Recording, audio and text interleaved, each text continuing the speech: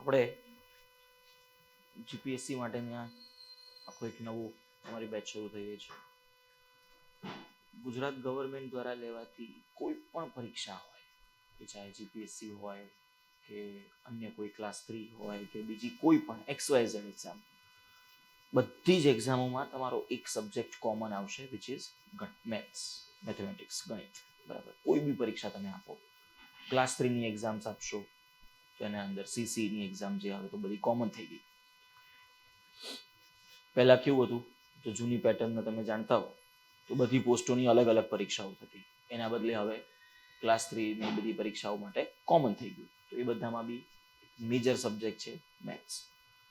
GPSC દ્વારા લેવાતી કોઈ બી પરીક્ષા લઈ લો, STI હોય, DYSO હોય, ક્લાસ 1 2 હોય કે અન્ય કોઈ પણ, બધામાં એક કોમન સબ્જેક્ટ તમારો આવશે મેથ્સ. બરાબર, આના વગર પ્રિલિમ પાસ કરવી એ બહુ અઘરી બની જાય.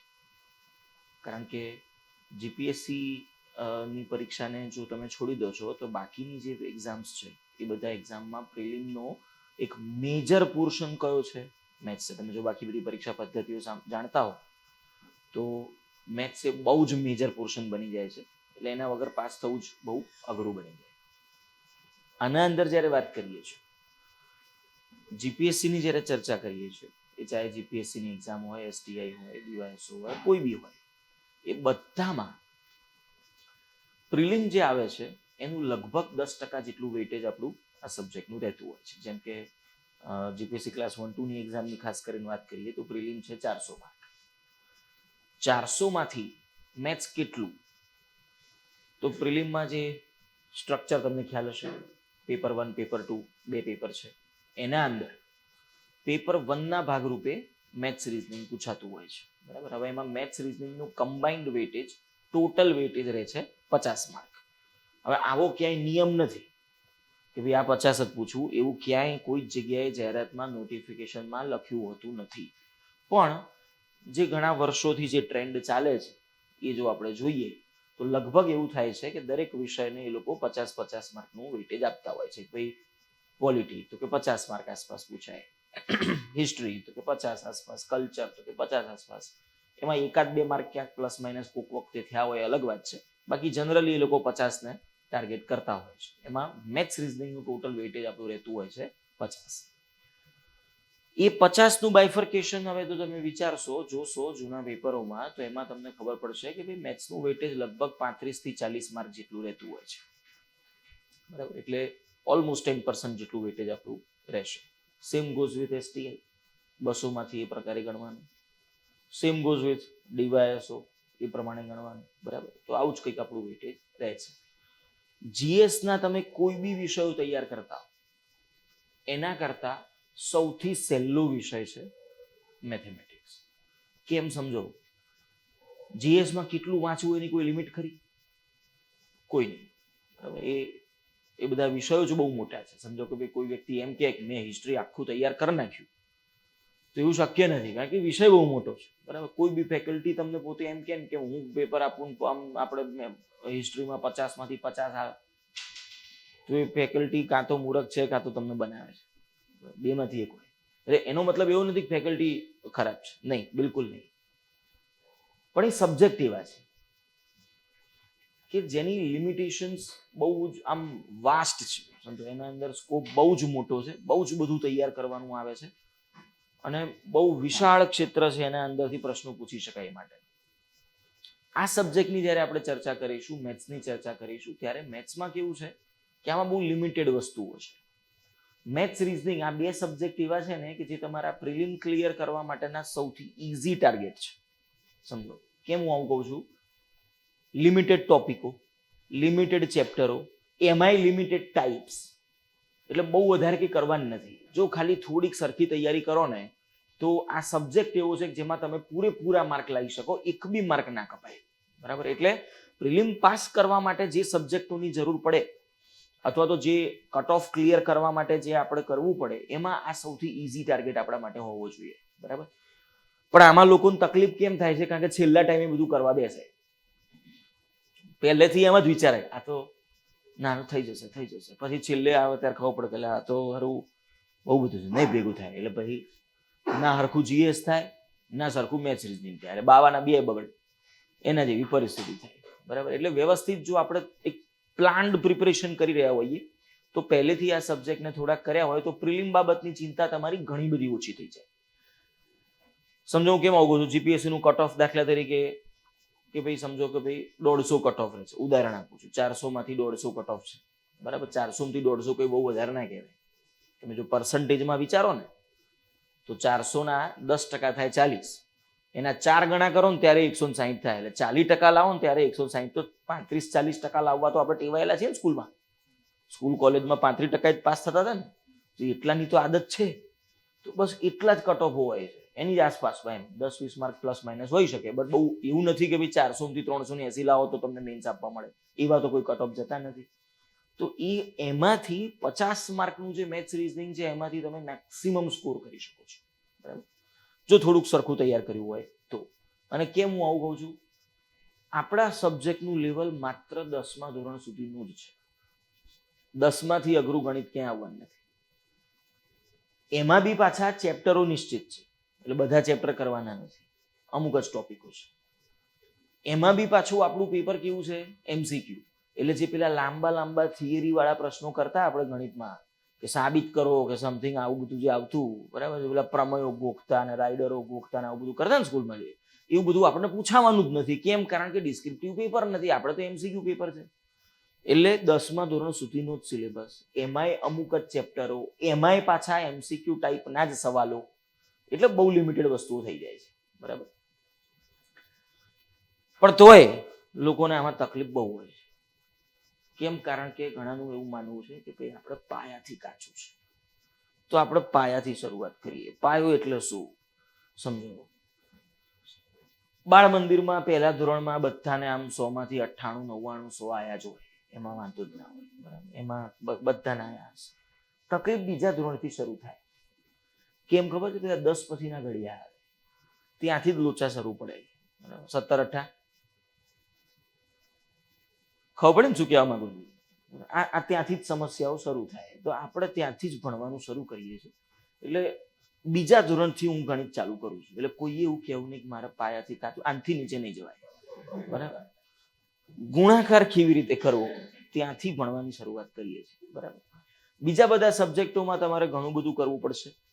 જીએસના અંદર સર કરાવતા હોય, પછી એ વસ્તુને વારંવાર રિવાઇઝ કરવી પડે, વાંચવી પડે અને લખીને તૈયાર કરો. જેમ તમારી બધાની અલગ અલગ સ્ટાઇલ હોય, પણ એ બધું તમારે વારંવાર કરવું પડશે.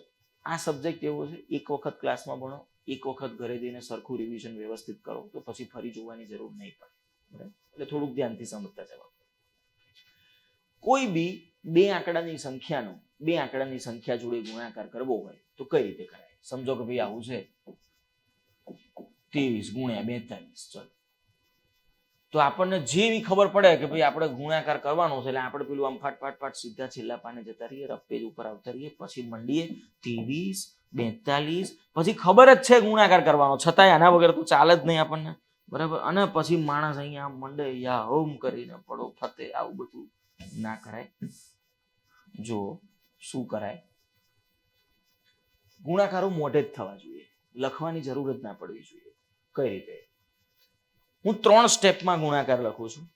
પહેલી વાર સમજાવું છું એટલે 3 અલગ અલગ સ્ટેપ લખીશ, પછી એને કમ્બાઈન કરી દઈશું, ભેગા કરી દઈશું. બરાબર, પહેલું સ્ટેપ એકમનો ગુણાકાર. પહેલું સ્ટેપ શું થશે? એકમનો ગુણાકાર. 3 દુ 6, લખી નાખ્યા 6. બીજું સ્ટેપ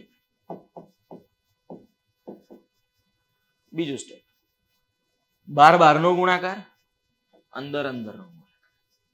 બીજું સ્ટેપ શું થશે? 12 નો ગુણાકાર, અંદરનો ગુણાકાર. 12 નો ગુણાકાર એટલે 2 દુ 4, અંદરનો ગુણાકાર એટલે 4 તરી 12. 2 આંકડા આયા, આ બેનો સરવાળો કરી દઈએ. 12 ને 4 16. હવે આ છગડો તો છે જ, હવે આ 16 આયા એટલે તમે અહીંયા 1 લખશો, 6 લખશો, 16 લખશો. સમજો સિમ્પલ તમે સરવાળો કરતા હો, આવો 75 + 87, તો અહીંયા 7 ને 5 12 થાય, તો અહીંયા બગડો લખીએ, એકડો લખીએ, 12 લખીએ. શું લખીએ? 2. 1 ક્યાં ગયા? વધીમાં. ઉપર નહીં બોલવાનું, ઉપર કોકના બેસણા કરે ગયા. તો ટૂંકમાં એ જ વસ્તુ આપણે અહીંયા બી કરીએ છીએ, સિંગલ ડિજિટ લખીશું, બાકી બધું ક્યાં જશે? વધીમાં, કેરી ફોરવર્ડ. બરાબર, તો 12 ને 4 16 નો છગડો, વધી કેટલી? 1. અને લાસ્ટ સ્ટેપ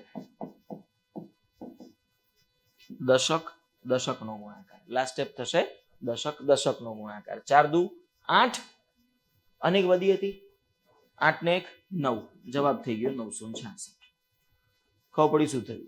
ફરીથી પહેલું સ્ટેપ એકમ એકમનો ગુણાકાર 3 દુ 6.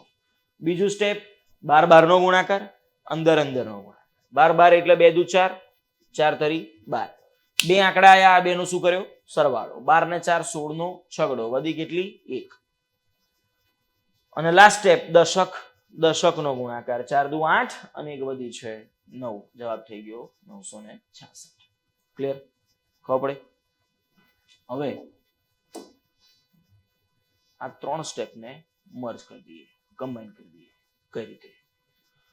એક સંખ્યા બોલો બે આંકડાની ગમે તે. હજી એક 44 ગુણ્યા 78. ચાલો કોઈ પણ બે આંકડાની સંખ્યા છે, બરાબર? રેન્ડમ નંબર્સ જ આપણે લીધા છે.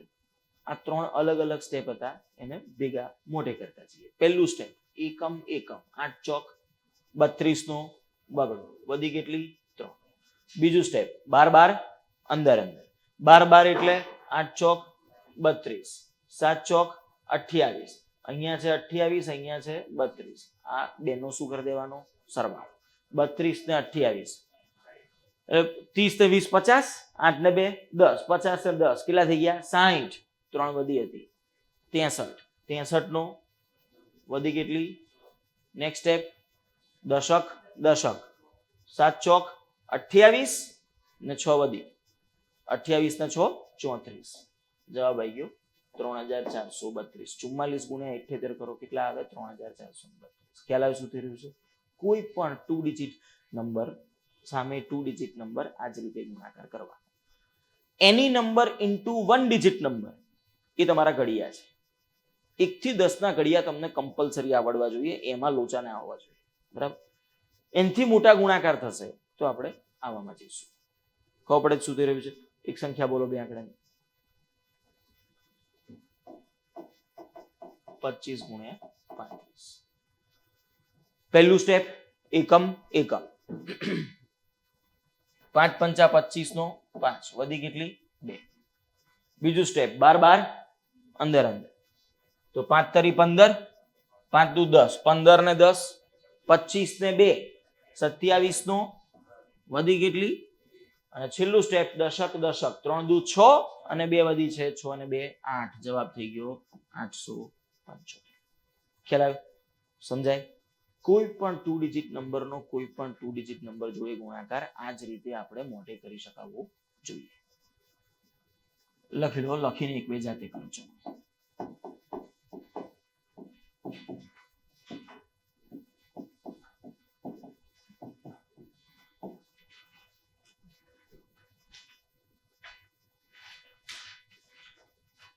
માઇકમાં અવાજ આવે છે કન્ટિન્યુ? જોડાઈ લો દોસ્તો. બરાબર.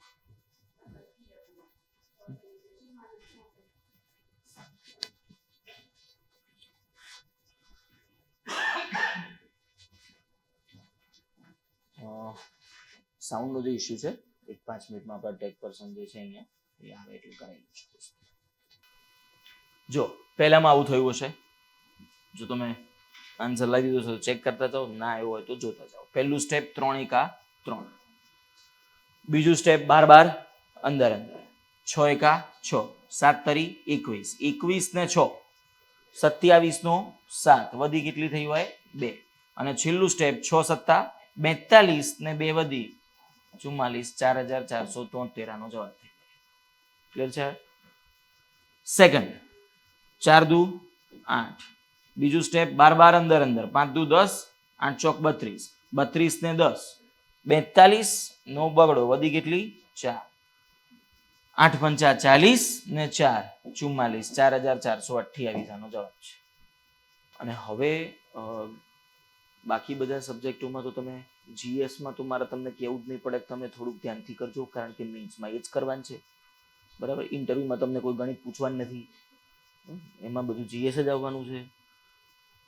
પણ જીપીએસસીની તૈયારી કરતા વિદ્યાર્થીઓ સૌથી જો તમે વિચારો જુઓ ને, તમે કોઈ લાઇબ્રેરીમાં જો ક્યાંક જોડાયા હો, જે લોકો એવા તમને મળે જે આમ 2-4 વર્ષથી તૈયારી કરતા હોય ને, અમુક એવા હોય કે જેને ખબર જ ના પડે કે ભાઈ આ સ્પર્ધા માટે નથી બન્યા, 8 વર્ષથી તૈયારીઓ જ કરે જતા હોય, પુરાતત્વ વિભાગે ખોદીને કાઢવી પડે એમની ખબરો, એવા માણસો. તો એવા બધાને તમે પકડશો ને પૂછશો કે ભાઈ જીપીએસસીની તૈયારી કરવી છે, કયા 1-2 સબ્જેક્ટ છોડી દેવાય?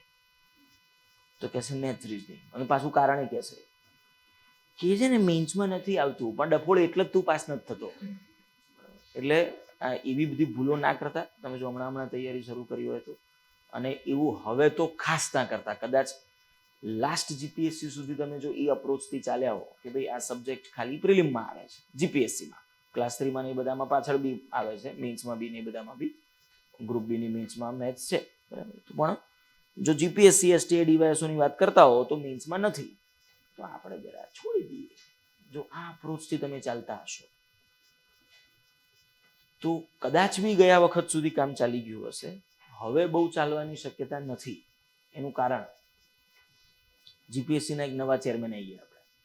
આપણે ખબર છે કોણ છે હવે નવા ચેરમેન? હસમુખભાઈ પટેલ સાહેબ. હસમુખ સાહેબનો એક ફેવરેટ સબ્જેક્ટ છે મેથ્સ રીઝનિંગ. એમનો ભૂતકાળ છે એ આ વિષયથી કલંકિત છે. તમે જુઓ સાહેબ આના પહેલા ક્યાં હતા? જે આપણે જીપીએસસીમાં ચેરમેન બન્યા એના પહેલા કયા ભરતી બોર્ડમાં હતા? પોલીસ ભરતી બોર્ડમાં, કોન્સ્ટેબલમાં ખાસ કરીને. તો પોલીસ ભરતી બોર્ડના અંદર શું ચેન્જીસ આવ્યા એમના ઘૂસ્યા બાદ એ તમને ખબર હોવા જોઈએ. જે છેલ્લી પોલીસની ભરતી થઈ એના અંદર મેથ્સ રીઝનિંગનું વેટેજ કેટલું હતું? કંઈ ખાસ નહીં, કોઈ ફિક્સ જ નહોતું પહેલા તો, ગમે તે પૂછે ગમે તેટલું પૂછે, બરાબર. હવે શું થઈ ગયું? મેથ્સ રીઝનિંગ જો તમને ના આવડતું હોય તો પોલીસ ખાતાનું ફોર્મ ભરવાનું જ નહીં, ખોટું હવાર પડીને ઉઠીને આમ દોડવા જવાનું જ નહીં, કારણ કે દોડવું ગમે તેટલો તમારો મેળ પડે જ નહીં જો તમારું મગજ ના દોડતું હોય. કારણ કે પીએસઆઈની પેટર્ન શું બની ગઈ હવે જુઓ, 100 mark maths reasoning, 100 mark GS, એટલે બધું જીએસ ભેગું કરીને 100 માર્ક. 100 માર્ક આખા શેના? ખાલી મેથ્સ રીઝનિંગના. અને પછી 100 માર્ક પાછા ડિસ્ક્રિપ્ટિવ. તો ટૂંકમાં આ પછી કોન્સ્ટેબલમાં બી સેમ. કોન્સ્ટેબલના પેપરોમાં અત્યાર સુધી ગણિત આવતું માંડ 2-3 માર્કનું. આ વખતે જે પેટર્ન નવી કરી છે સાહેબે, ભૂકા કાઢી નાખી એવું વેટેજ છે બોસ. એટલે કહેવાનો મતલબ સાહેબના સૌથી 2 પ્રિય વિષયો છે, આ એમનો ભૂતકાળ કહે છે. બીજું, તમે જો હસમુખ સાહેબની ટ્વીટો, એમના ઇન્ટરવ્યુઝ, આવું બધું ક્યારેય બી જોયું હોય તો એમની 90% ટ્વીટમાં એક શબ્દનો ઉલ્લેખ હશે, અમે યુપીએસસીની પેટર્નને ફોલો કરવા માંગીએ છીએ. હમણાં જ 2-4 દાડા પહેલા જ એક ટ્વીટ કરી છે એમણે કે જીપીએસસીનું કેલેન્ડર હવેથી એવી રીતે બનાવવામાં આવશે કે જેથી વિદ્યાર્થી યુપીએસસીની પણ અમને પહેલા આ તો ખબર દોડાઈ જ દેવા ચારે બાજુ. તો સાહેબ હંમેશા છે ને, તમે એમના કોઈ XYZ ઇન્ટરવ્યુ ઉપાડો, ડઝન્ટ મેટર કયા પેલા ન્યૂઝ હાઉસને આપ્યો, તમને જે મજા આવે ઇન્ટરવ્યુ જોઈ લેવાની છૂટ છે. ઇન્ટરવ્યુ જોશો એમાં કમસે કમ 10 વખત સાહેબ એવું કહેતા હશે, 1 કલાકનો ઇન્ટરવ્યુ અને તેમાં સાહેબ 10 વખત એવું બોલશે, અમે યુપીએસસીની પેટર્નને ફોલો કરાવવા માંગીએ છીએ. હવે જો સાહેબ સર્વે સર્વા છે જીપીએસસીમાં, સાહેબના પ્રિય વિષયો છે મેથ્સ રીઝનિંગ, તો યુપીએસસીની પેટર્ન શું છે ખબર છે? શું છે? સીસેટનું આખું એક પેપર આવે, મેથ્સ રીઝનિંગનું આખું એક પેપર આવે. એટલે યુપીએસસીની પ્રિલિમ લેવાય છે, જો તમે એનું સ્ટ્રક્ચર જાણતા હો તો 2 ફેઝમાં. પહેલું ફેઝ સીસેટનું પેપર, સેકન્ડ ફેઝ જીએસનું પેપર. એટલે જીએસ આખું ભેગું થઈને એક પેપર બને, અને સીસેટ એટલે શું? મેથ્સ રીઝનિંગ ઇંગ્લિશ, બરાબર, એનું એક પેપર બને.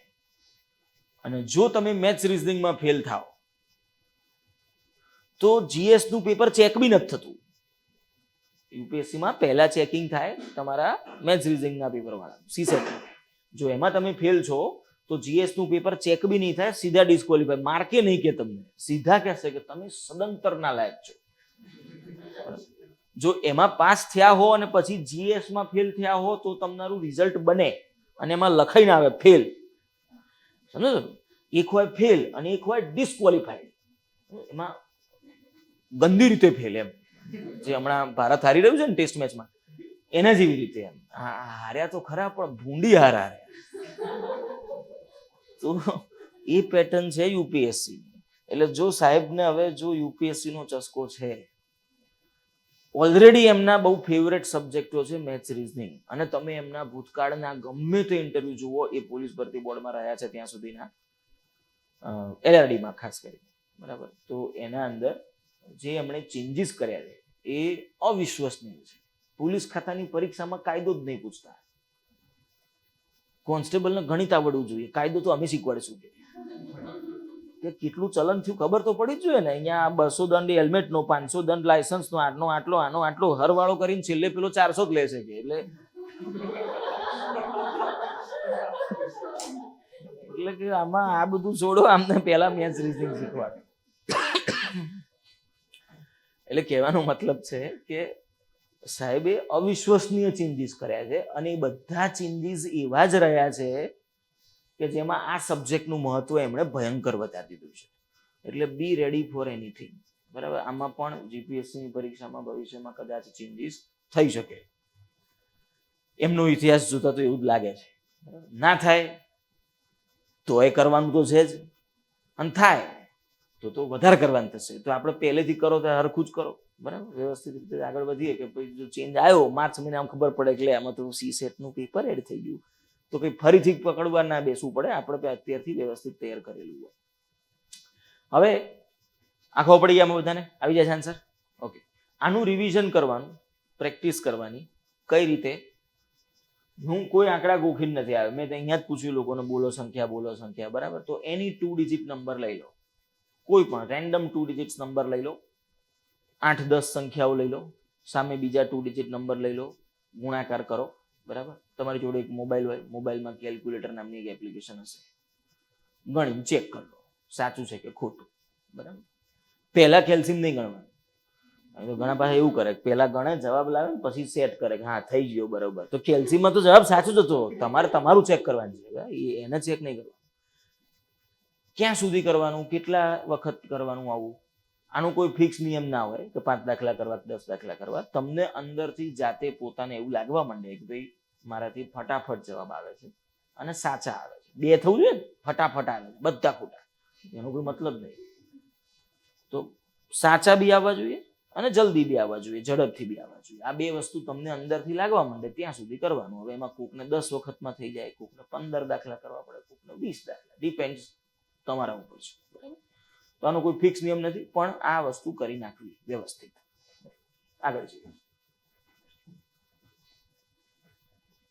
બીજા ત્રીજા ધોરણમાં આપણે આ બધા ગુણાકારોની ચર્ચા કરતા હોઈએ છીએ. ચોથા ધોરણમાં જઈએ ને એટલે બધા મોટા ગુણાકારો, 3 ડિજિટ નંબર, 4 ડિજિટ નંબર, એવું બધું આવે. એની આપણને ક્યાંય જરૂર જ નહીં પડે, અને એની જરૂર પડશે તો એના બીજા અલગ રસ્તાઓ હોય છે, એમાં જતા રહીશું. એ આનાથી વધારે ગણતરીઓ આપણે કદી કરવાની થશે નહીં, બરાબર. એટલે બહુ થઈ ગયું. 5મા ધોરણમાં આપણે એક બહુ જ મહત્વની વસ્તુ ભણીએ છીએ, ભાગાકારના નિયમો, ભાગાકારની ચાવીઓ, આવું એક આવતું, બરાબર, ડિવિઝિબિલિટી રૂલ્સ. સખત ઇમ્પોર્ટન્ટ આઈટમ છે. જો ખાલી તમને સરખી રીતે ભાગાકારના નિયમો આવડતા હોય અને એનો ઉપયોગ ક્યાં કરવો અને કેવી રીતે કરવો, આના લોજિકો સમજાતા હોય, તો દરેક પેપરમાં, કોઈ બી પેપર તમે ઉઠાવો, એમાં મિનિમમ 1-2 ક્વેશ્ચન એવા હશે કે જેમાં તમે વિધાઉટ કેલ્ક્યુલેશન જવાબ લાવી શકો છો. કઈ રીતે? સમજો, હું ઉદાહરણ આપું. એક ક્લાસ 3માં પૂછાઈ ગયેલો દાખલો છે, પૂછાઈ ગયેલો પેપરમાં. ક્લાસ 3માં આવ્યો છે કે એક ચોરસ છે જેની એક બાજુનું માપ છે 14 સેન્ટીમીટર. ચોરસ છે જેની એક બાજુનું માપ છે 14 સેન્ટીમીટર. એક વર્તુળ છે, એનો વ્યાસ એ આ ચોરસની પરિમિતિ બરાબર છે. તો આ વર્તુળનું ક્ષેત્રફળ શોધો. આવો દાખલો આવી ગયો. તો ચોરસની પરિમિતિ એટલે શું? પહેલા તો બધી બાજુઓનો સરવાળો, ચારે બાજુઓનો સરવાળો. બધી બાજુઓ, પણ બધી બાજુઓ ક્યાં આપી છે? ચોરસ છે એટલે બધી બાજુ કેવી હોય? સરખી. એને જ ચોરસ કહેવાય જેની 4 બાજુ સરખી હોય, બરાબર. તો આ 14 છે તો આ બી 14 હશે, બરાબર. તો આના માટે સરવાળો 14 અથવા તો જો ડાયરેક્ટ સૂત્ર આવડતું હોય તો પરિમિતિ બરાબર શું થાય? 4a એટલે 4 ગુણ્યા 14, 14 ચોક 56.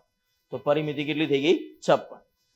હવે પરિમિતિ 56 હોય તો હવે શું કીધેલું કે વર્તુળનો વ્યાસ એ આ પરિમિતિ બરાબર છે, એટલે કે ડાયામીટર ડી બરાબર કેટલા આપી દીધા છે? 56. ડી બરાબર 56 છે. જો વ્યાસ 56 હોય તો ત્રિજ્યા કેટલી હોય? આપણે એવું ભણ્યા હતા કે ત્રિજ્યા એ હંમેશા વ્યાસ કરતા કેવી હોય? અડધી, એટલે કે d/2, એટલે કે 56 ના અડધા, એટલે કે 28. બરાબર. તો હવે પૂછ્યું શું હતું? વર્તુળનું ક્ષેત્રફળ શોધો. વર્તુળનું ક્ષેત્રફળ એટલે એરિયા બરાબર શું હોય? πr², એટલે કે 22 સપ્તમાંશ ગુણ્યા r એટલે કેટલા છે? 28 ગુણ્યા ફરીથી 28. સ્ક્વેર એટલે બે વખત લખી નાખ્યું, વાત એની જ છે. ઉડાડો 7 ચોક 28, 22 ચોક 88, 88 ગુણ્યા 28. અબ્બી હાલ શીખ્યા. જુઓ, તમને લાગે ગુણાકાર થોડા શીખવાના હોય, પણ આવી રીતે કામ લાગશે સાદુ રૂપોમાં. 88 ગુણ્યા 28 હમણાં જ શીખ્યા. શું કરતા હતા? 8 નો ચોકડો વધી 6, 8 64, 8 16, 64 16 80, 86 નો ચોકડો વધી 8 16 ને 8 24, જવાબ આવી ગયો 24 64. આ સ્પીડ તમારી આવી જવી જોઈએ. બરાબર. ઇન શોર્ટ આન્સર છે આપણો કેટલો? 2464. માણસ આટલું ગણે ને એટલે ખુશ થઈ જાય કે યસ જવાબ આવી ગયો. પણ ભાઈ એક વસ્તુ સમજો, આપણું આ બધું ગણિત જે છે ખરેખર તો 10મા ધોરણ સુધીનું જ છે. જો ત્યાંથી જ નક્કી થતું હોય, એ ચાહે તમે ક્લાસ 3 ની પરીક્ષા આપો, કે ચાહે તમે આ STIDના પેપર આપો, કે GPSC નું પેપર આપો, ગમે તે પેપરમાં મેથ્સ 10મા ધોરણથી ઉપરના લેવલનું આવતું જ નથી. અને જો ત્યાંથી જ નક્કી થતું હોય કે કોને પાસ ગણવાનું કોને નહીં, તો 10મું તો બધા પાસ જ છો ને. કોઈ એવું છે ને 10મો હજી ચાલે 8મો ટ્રાય, તો પાસ જ છીએ. તમારા સોસાયટીમાં કોઈ બી ટેણિયું રખડતું હોય ને, આમ ચડ્ડી પહેરીને 8મા 9માનું, હજી આમ લેટ લૂસ તો આવડતું ના હોય, એવું કોઈક ટેણિયું રખડતું હોય, એને થોડું હોશિયાર ભણવામાં હોવું જોઈએ. આમ 70-75% ડિસ્ટન્સ. ભાઈ એવું નહીં કે એ 7મામાં જ છે સાહેબ 6 વર્ષથી, એવું નહીં. થોડુંક આમ એવરેજ વિદ્યાર્થી હોય, એવરેજ વિદ્યાર્થી. હું એમ નથી કહેતો કે ટોપર હોવો જોઈએ એની સ્કૂલ, એવરેજ વિદ્યાર્થી. હમણાં જ STI નું પેપર ગયું છે હજી આપણે રિસન્ટલી. બરાબર. STI નું પેપર કાઢો, તમારી સોસાયટીમાં રખડતા કોઈ બી ટેણિયાને આપી દો કે મેથ્સના આટલા દાખલા સોલ્વ કરીએ. હવાર પેપર આવશો, હાજે તમને બધા દાખલા મસ્ત ગણીને આપી જશે, કોઈ જ ભૂલ નહીં હોય. 8મા 9માનું ટેણિયું હશે, બધું ગણી આપશે. તો પછી ત્યાંથી એક મગજમાં પ્રશ્ન થવો જોઈએ ને કે તો પછી સાલો ફેર શું છે? એક સ્ટેટ ટેક્સ ઇન્સ્પેક્ટર અને એક 9મા ધોરણનું ટેણિયું, એ બેના વચ્ચે કંઈક તો ફરક હોવો જોઈએ ને. તો ફરક છે ને ટાઈમિંગનો હોય.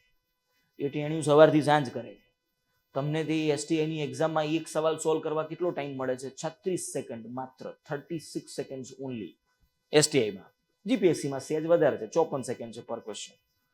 STIના પેપરમાં જુઓ તમે 2 કલાક 200 પ્રશ્નો. તો 2 કલાક 200 પ્રશ્નો એટલે પર ક્વેશ્ચન કેટલો ટાઈમ આવ્યો? 36 સેકન્ડ. 120 મિનિટમાં 200 ક્વેશ્ચન છે. 36 સેકન્ડમાં દાખલો સોલ્વ કરવાની વાત સાઈડમાં ઘૂસી ગઈ. 36 સેકન્ડમાં દાખલો સમજણ ના પડે, રકમ વાંચીને આપણે શું કરવું એનો વિચાર ના આવે, આમ અંદરથી એક આત્માનો અવાજ આવે કે એના ક્યાં ચાહતી હું, એવું થાય. એટલે જે ખેલ છે ટાઈમનો છે, બેઝિકલી સ્પીડનો છે. આમાંથી કોઈ CCની એક્ઝામ આપી હતી? CCની એક્ઝામ આપી હતી? ઓકે. જે લોકોએ આપી છે, પેપર પત્યા પછી આખું પૂરું થયું? પહેલા તો નથી થયું. એ જ પેપર હું તમને સાંજે આમ આપી દઉં. હવે તો બધા પેપરો આવી ગયા છે, તમારી શિપનું પેપર બી તમને અવેલેબલ થઈ જશે. બરાબર. તમે હવે લઈને બેસો આમ શાંતિથી 3 કલાક 4 કલાક 5 કલાક, કોઈ ઉતાવળ નહીં, સવારથી આંચ કરવાની આપણે, તો આખું પેપર સોલ્વ થાય કે ના થાય? તો જે પ્રોબ્લેમ છે ને એ આવડવાનું ખરેખર છે જ નહીં. એ બધું આવડે જ છે, બટ ટાઈમિંગનો ખેલ છે. બરાબર. તો આટલું બધું ગણવાનું ના હોય. આ જે કરે ને પછી એ જ છેલ્લે બૂમું પાડતા હોય, પેપર પૂરા જ નથી. ના જ થાય ને ડખો, ક્યાંથી થાય? સમજો શું કરવાનું આપણે. 88 ગુણ્યા 28 કરીને તમે જવાબ લાયક નહીં. એનો મતલબ કે અહીંયા 11 ગુણ્યા 8 ગુણ્યા 28 આવું થયું કે વસ્તુ એની જ થઈ ને. એનો મતલબ કે જવાબ જો 11 વડે ગુણાઈને આવ્યો હોય તો આન્સર તમારો જે બી હોય 11 વડે ભાગી શકાય એવો હોય કે ના હોય? ખ્યાલ આવે છે શું બોલું છું? જવાબ જો 11 વડે ગુણાઈને આવ્યો છે તો આન્સર 11 વડે ભગાય એવો હોવો જ જોઈએ ને. તો ઓપ્શન 4 આપેલા જશે ને. 4 ઓપ્શનમાંથી ખાલી એટલું વિચારો કે 11 વડે નિશેષ ભગાય એવો જવાબ કયો? અને જો એવો એક જ છે તો ગણવાની જરૂર જ નથી ને, ડાયરેક્ટ ટીક માર દો. હવે તમને એમ થાય કે સાહેબ એના માટે અહીંયા સુધી તો આયા જ નહીં, તો 4 ઓપ્શન ચેક કરવા એના કરતા ગુણાકાર કરવો ના સારો? નહીં. જુઓ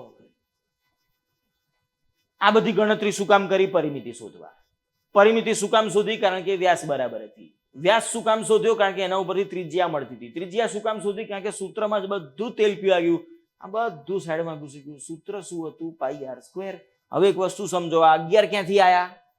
22 ઉપરથી. ખરેખર કારણ કે 22 ના ફેક્ટર શું છે? 11 ગુણ્યા 2. 22 ક્યાંથી આયા? પાઈ ઉપરથી. તો આ બધું સાઈડમાં ઘૂસી ગયું. શોધવાનું શું કીધું હતું? વર્તુળનું ક્ષેત્રફળ. સૂત્ર શું થાય? પાઈ આર સ્ક્વેર. આર કેટલા થાય એ શોધવાની જરૂર જ નથી, પાઈ તો ફિક્સ જ છે ને. એનો મતલબ પાઈનો મતલબ 22 આવશે, એનો મતલબ 11 આવશે. મતલબ પહેલેથી તમે વિચારી શકતા હતા કે 11 વડે ભગાય એવો ઓપ્શન કયો? ખબર પડી? અને હવે જ્યારે હું આવું કહું છું ત્યારે આ જ વસ્તુને બીજા પરિપ્રેક્ષથી સમજો. પાઈ ક્યાં ક્યાં આવે? એક પાઈ ફેમિલી છે, લાઈફ ઓફ પાઈ. ક્યાં ક્યાં પાઈ ઘૂસે? વર્તુળનું ક્ષેત્રફળ, વર્તુળનો પરિઘ, નળાકારનું ઘનફળ, નળાકારની વક્ર સપાટીનું ક્ષેત્રફળ, શંકુનું ઘનફળ, શંકુની વક્ર સપાટીનું ક્ષેત્રફળ, ગોળાનું ઘનફળ, ગોળાની વક્ર સપાટી, અર્ધગોળાનું ઘનફળ. તમે ગમે તે સૂત્રો લેશો બધામાં શું આવશે? પાઈ. અને આ બધામાં પાઈ આવશે એટલે પાઈ આવશે એટલે પાઈ આવશે એટલે શું આવશે? 22. 22 આવશે એટલે શું આવશે? 11. 11 આવશે એટલે એનો મતલબ હંમેશા બધાના જવાબ કેવા હશે? 11 વડે ભગાય એવા. ખબર પડે છે શું થઈ રહ્યું છે હવે? એટલે કે તમે જેવો પ્રશ્ન વાંચ્યો, એક ગોળો, બસ પતી ગયો દાખલો. સીધી નજર પહેલા ક્યાં નાખો? ઓપ્શન પર. ખ્યાલ આવે છે શું કહેવા માંગુ છું? જેવો તમે સવાલ વાંચો, એક શંકુ, બસ પૂરું. કોઈ શંકા નહીં રાખવાની. સીધી નજર પહેલા ક્યાં જવી જોઈએ? ઓપ્શન્સ પર. હા, એમાં હવે બીજો પ્રશ્ન થાય સાહેબ એવા 2-3 આવતા હોય તો એ શું કરવું એ પછીની ચર્ચા છે. એ ચેપ્ટર આવશે ત્યારે જોઈશું, બરાબર? એમાં ગણતરી તો નહીં જ કરી, આપણે નવું જ કંઈક થશે બધું. પણ પહેલી વસ્તુ તો આ જોઈ લેવાય કે ના જોઈ લેવાય? ખ્યાલ આવે છે શું કહેવા માંગુ છું? એટલે કે તમે કોઈ બી સવાલ વાંચો કે એક નળાકારની વક્ર સપાટીને રંગવાનો ખરો, કલર કરવા આવ્યા હતા અહીંયા આપણે? ના, એ બહાર કરીએ છીએ, પેપરમાં ના કરાય. ખ્યાલ આવે છે શું કહેવા માંગુ છું? તો માઇકમાંથી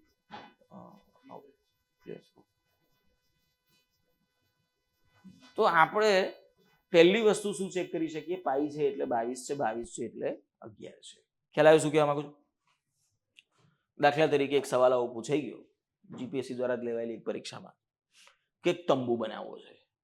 તંબુ. તંબુ એટલે કયો આકાર? શંકુ. બરાબર, શંકુ. એક તંબુ બનાવવો છે જેની સમથિંગ ઊંચાઈ છે, જેની સમથિંગ ત્રિજ્યા છે. એ તંબુને બનાવવા માટે એની ઊંચાઈ સમથિંગ મીટર છે, ત્રિજ્યા સમથિંગ મીટર છે. એ તંબુ બનાવવા માટે વપરાતા કપડાનો ખર્ચો પ્રતિ ચોરસ મીટર સમથિંગ રૂપિયા લેખે છે. તો આખો તંબુ બનાવવા કેટલા રૂપિયા ખર્ચો થાય? કેટલા રૂપિયા ખર્ચો થાય? અને પછી ઓપ્શન તમને આવા આપી દીધા. બોલો જવાબ શું થાય? તમને સવાલ ખબર નથી. ખબર પડે છે શું થયું? સવાલ તેલ પીવા ગયો. જવાબ ખબર છે. આ કેમનો આપણે જાણીને શું કરવું છે? જવાબ આ થાય. હું સવાલ બોલ્યો જ નથી, આન્સર આવી ગયો છે. ઘણા મેથડ ખબર નહીં હોય કરવાનું શું. જુઓ શું થાય મેથડ. આને એચ કહેવાય, ઊંચાઈ આપેલી હતી. આને આર કહેવાય, ત્રિજ્યા આપેલી હતી. હવે તમારે શોધવું છે શંકુની વક્ર સપાટીનું ક્ષેત્રફળ શોધવું પડે. શંકુની વક્ર સપાટીનું ક્ષેત્રફળ એટલે સૂત્ર શું થાય? પાઈ આર એલ. પહેલા તો સૂત્ર આવડવું જોઈએ, બરાબર? સૂત્રો ક્યાં આવડે છે? એક કે સૂત્રની જરૂર નથી. આમે ક્યાં સ્કૂલમાં યાદ રહેતા હતા? યાદ રહેતા બધા? છોડો ચિંતા, આપણે નવું કરી નાખીએ. કરવા જ નહીં. 11 વડે ભગાય, પૂરું થઈ ગયું. હવે એલ ક્યાં આપ્યા છે? એલ તો છે જ નહીં. તો એના માટે પાછું પેલું બીજું એક તમને ખબર હોવી જોઈએ કે પાયથાગોરસનો પ્રમેય એક આપણે ભણતા હતા કે કોઈ પણ શંકુમાં ઊંચાઈ અને ત્રિજ્યા એ હંમેશા એકબીજાને કાટખૂણે છેદે અને જે સામેની બાજુ કર્ણ જેને કહીએ છીએ એને કહેવાય એલ. તો પહેલા તો તમારે સૂત્ર લગાવવું પડે પાયથાગોરસનો સ્ક્વેર કે પાયથાગોરસનો પ્રમેય કે કાટખૂણો બનાવતી બે બાજુના માપના વર્ગોનો સરવાળો સામેની બાજુના માપના વર્ગ બરાબર હોય તો h² + r² = l². આને સોલ્વ કરો એટલે શું મળે? એલ મળે. એલ મળે એટલે આમાં કિંમત મૂકો. પાઈ આર એલ. પાઈ ખબર છે, આર આપેલા છે, એલ શોધ્યા છે. કિંમત મૂકો, જવાબ આવે ક્ષેત્રફળ. એના ગુણ્યા જે પ્રતિ ચોરસ મીટરનો ખર્ચો હોય એ કરો એટલે ફાઇનલ આન્સર ભેગો થાય 33,000. છોડો, 11 વડે ભગાય. ખ્યાલ આવ્યું શું થઈ રહ્યું છે? પણ હવે એના માટે ચલો આવું સાંભળીએ એટલે મજા આવે, સારું છે. પણ હવે સમજો કે ઓપ્શન મેં આવા આપી દીધા હોય, એક 1256.23 ને આવા 4 ઓપ્શન હોય ને તમે કહો 11 વડે ભગાય એવો જવાબ હોય, ભાગવા માંડો કે 11 એકા 11 બચ્યા 1 15. આ જો મગજમારી ચાલુ કરી બોસ, અને આમાં જો ચોથો ઓપ્શન બનતો હોય તો એના પહેલાથી એમને એમ ગણી નાખ્યું હોત. ખ્યાલ આવ્યો કહેવાનો મતલબ? તો આપણને આમ સંખ્યા જોઈને ખબર પડી જવી, જેમ કે આ સંખ્યા ના ભગાય, આવું જોઈને ખ્યાલ આવી જવો જોઈએ. તો એવું ક્યાંથી ખબર પડે? એના માટે શું ઇમ્પોર્ટન્ટ છે? ભાગાકારના નિયમો, ભાગાકારની ચાવીઓ સમજતા જઈએ. આનો ઉપયોગ બહુ બધો થશે, બહુ બધી જગ્યાએ આને આપણે અલગ અલગ વેઝમાં વાપરતા જઈશું. એ કયો નિયમ ક્યારે વાપરવો ને કેમ વાપરવો, એ લોજિક્સ જે છે એ જેમ જેમ એની જરૂર પડશે એમ એમ આપણે ચેપ્ટર વાઇઝ ચેપ્ટર જોતા જઈશું. પણ અત્યારે બધા નિયમો એક સાથે સમજીએ છીએ કે ભાઈ બેનો નિયમ શું કહે છે. બેનો નિયમ, કોઈ પણ સંખ્યાનો છેલ્લો એક અંક, કોઈ પણ સંખ્યાનો છેલ્લો એક આંકડો જો 2 વડે ભગાય એટલે કે બેકી હોય, એટલે કે 0, 2, 4, 6 કે 8 આમાંનો કોઈ બી હોય તો એ આખી સંખ્યા 2 વડે ભાગી શકાય. છેલ્લો એક અંક 0, 2, 4, 6, 8 એટલે સંખ્યા કેવી થઈ ગઈ? બેકી. બરાબર? કોઈ બી બેકી સંખ્યા 2 વડે ભગાવાની છે. 4 નો નિયમ શું કહે છે? કોઈ સંખ્યા 4 વડે ભગાશે કે નહીં નક્કી ક્યાંથી કરવાનું?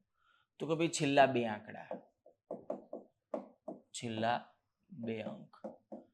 કોઈ બી સંખ્યા છે, સમજો કે ભાઈ આવી સંખ્યા છે 1 2 3 4 5 6, બરાબર? તો આ સંખ્યા 4 વડે ભગાશે કે નહીં જોવું હોય તો આખી સંખ્યાને 4 વડે ભાગવાની જરૂર નથી. માત્ર છેલ્લા 2 આંકડા ચેક કરવાના, એટલે કે કોને જોવાના? 56 ને. 56 ને ચેક કરો 4 વડે ભગાય કે ના ભગાય? 14 ચોક 56, બરાબર? 14 નો ઘડિયો આવડતો હોય તો વેલ એન્ડ ગુડ, નહીં તો 10 સુધીના ઘડિયા તમને આવડવા જોઈએ, એના ઉપરનાની જરૂર નહીં પડે. ના આવડતો હોય ઘડિયો 14 નો, કશો વાંધો નહીં, 4 એકા 4 બચ્યા 1, 16 ચોકું ચોકું 16 ભગાય. અને જો આને ભાગી શકાય તો એનો મતલબ આખી સંખ્યા 4 વડે નિશેષ ભગાશે. ખ્યાલ આવે છે શું થઈ રહ્યું છે? બીજું એક સમજો કે આવું છે, 4 નો નિયમ શું કહે છે? છેલ્લા 2 અંક. છેલ્લા 2 અંક એટલે ખાલી શું જોવાના? 45. 45 ને જો 4 વડે ભાગી શકાય તો આખી સંખ્યા 4 વડે નિશેષ ભાગી શકાય. 45 ભગાય 4 વડે?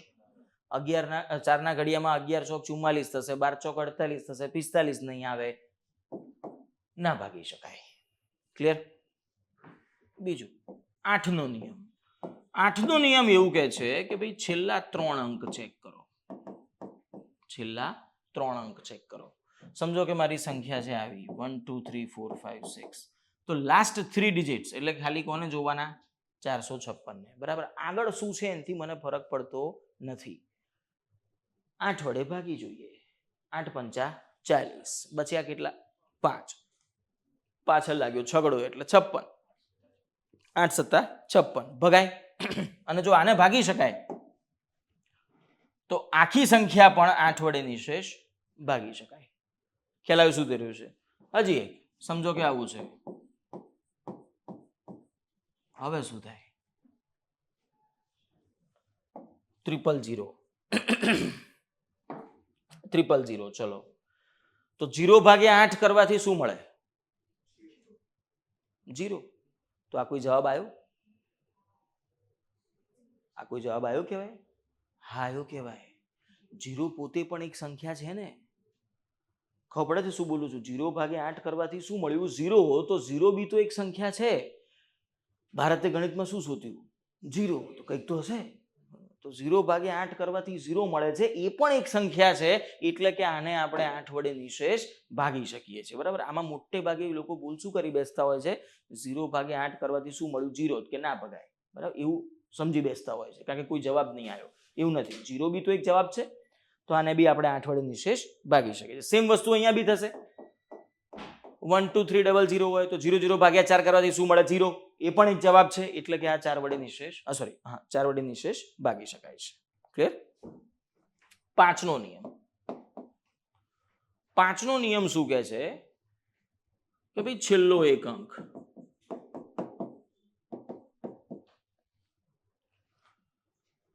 પાંચનો નિયમ શું કહે છે કે છેલ્લો એક આંકડો, કોઈ પણ સંખ્યાનો છેલ્લો એક આંકડો જો 5 વડે ભગાય. હવે 5 વડે ભગાય એટલે શું હોય? બેઝિકલી છેલ્લો એક આંકડો શું હોવો જોઈએ? 0 અથવા 5.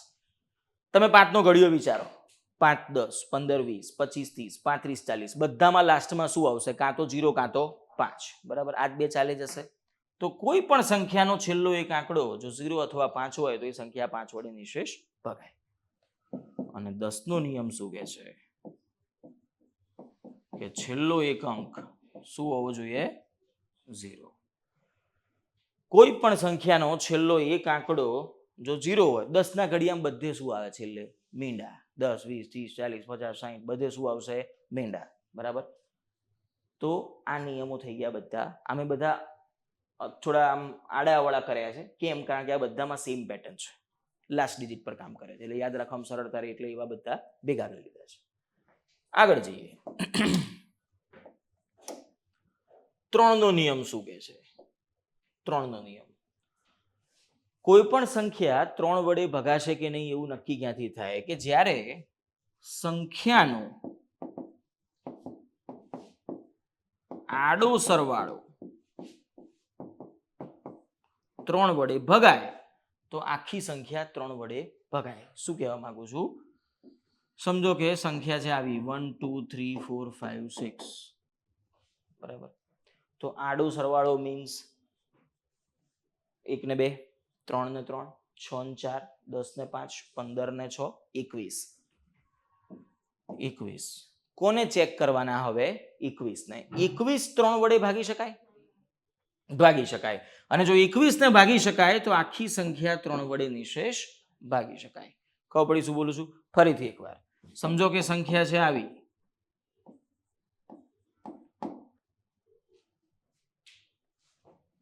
1 ને 2, 3 ને 3, 6 ને 3, 9 ને 4, 13 ને 5, 18. 18 ને 3 વડે ભગાય? ભગાય. તો એનો મતલબ કે આખી સંખ્યા 3 વડે નિશેષ ભગાશે. બરાબર? સમજો કે સંખ્યા છે આવી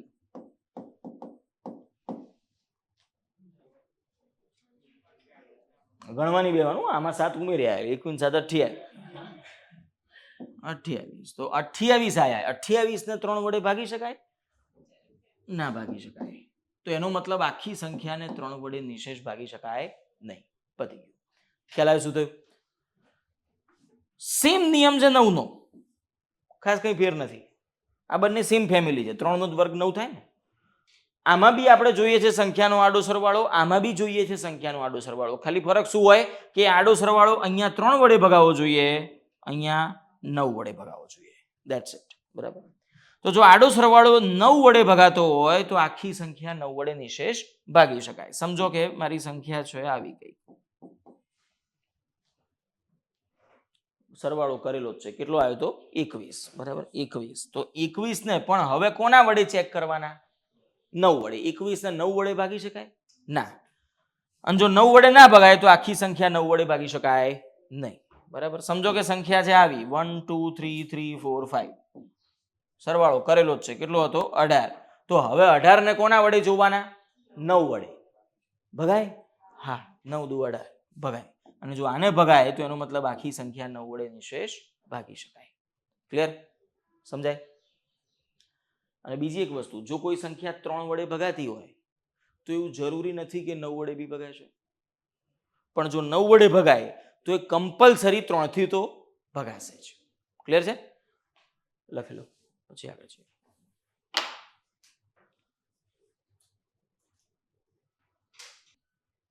તમારું જે નવું કેલેન્ડર છે આ વખતનું, હમણાં 2-4 દિવસ પહેલા જ સાહેબે જે જાહેરાત કરી છે, સાહેબ એટલે હસમુખ સાહેબે, એ મુજબ જોઈએ તો એપ્રિલ મહિનામાં ક્લાસ 1, 2ની પ્રિલિમ આવવાની છે. મિડ ઓફ એપ્રિલ કીધું છે, એટલે પહેલો રવિવાર છોડ દેવાનો, છેલ્લો છોડ દેવાનો. મિડનો મતલબ તો એવો જ થાય ને, પહેલો ને છેલ્લો ના હોય, વચ્ચે 2 દાડા વચ્ચે, બરાબર? તો એમાંથી 2 રવિવારમાંથી ગમે ત્યારે તમારી પરીક્ષાનું આયોજન હોઈ શકે છે.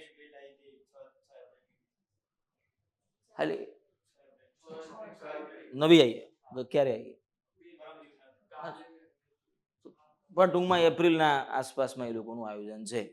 તો આજે હવે જાન્યુઆરીનું 6ઠી તારીખ તો થઈ ગઈ, એટલે આમ જોવા જાવ તો હવે તમારી જોડે કેટલા મહિના રહ્યા કહેવાય? 3 મહિના. કેટલા લોકો એવા છે કે જેણે હમણાં જ તૈયારી શરૂ કરી છે, મતલબ આ બેચ જ તમારી પ્રિપેરેશનનું સ્ટાર્ટિંગ છે. આના પહેલા તમે ઘરે જાતે જાતે ચોપડા વાંચ્યા હોય એ નહીં ગણવાનું, આમ ભણવાની પ્રોપર શરૂઆત કરી હોય. ઓકે, તો આ એપ્રિલની પરીક્ષા તમારો ટાર્ગેટ ન હોઈ શકે. એક વસ્તુ મગજમાં બહુ માઇન્ડસેટ ક્લિયર રાખવાનું.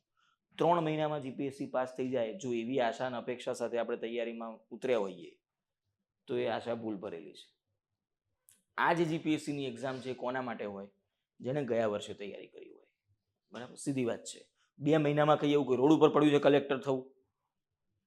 એ તો સેજ તો આમ મગજ ચલાવો કે ભાઈ આપણે કઈ 2 મહિનામાં પરીક્ષા પાસ થઈ જઈએ, 2 મહિનામાં 3 મહિનાની તૈયારીમાં આપણે પ્રિલિમ પાસ થઈ ગયા, પછી 2 મહિનામાં મેઇન્સ આવી એમાં પાસ થઈ ગયા, પછી મહિનામાં ઇન્ટરવ્યુ આવે એમાં પાસ થઈ ગયા, ડિસેમ્બરમાં ડીસી જોઈન થઈ ગયા, આવતા વર્ષથી પગાર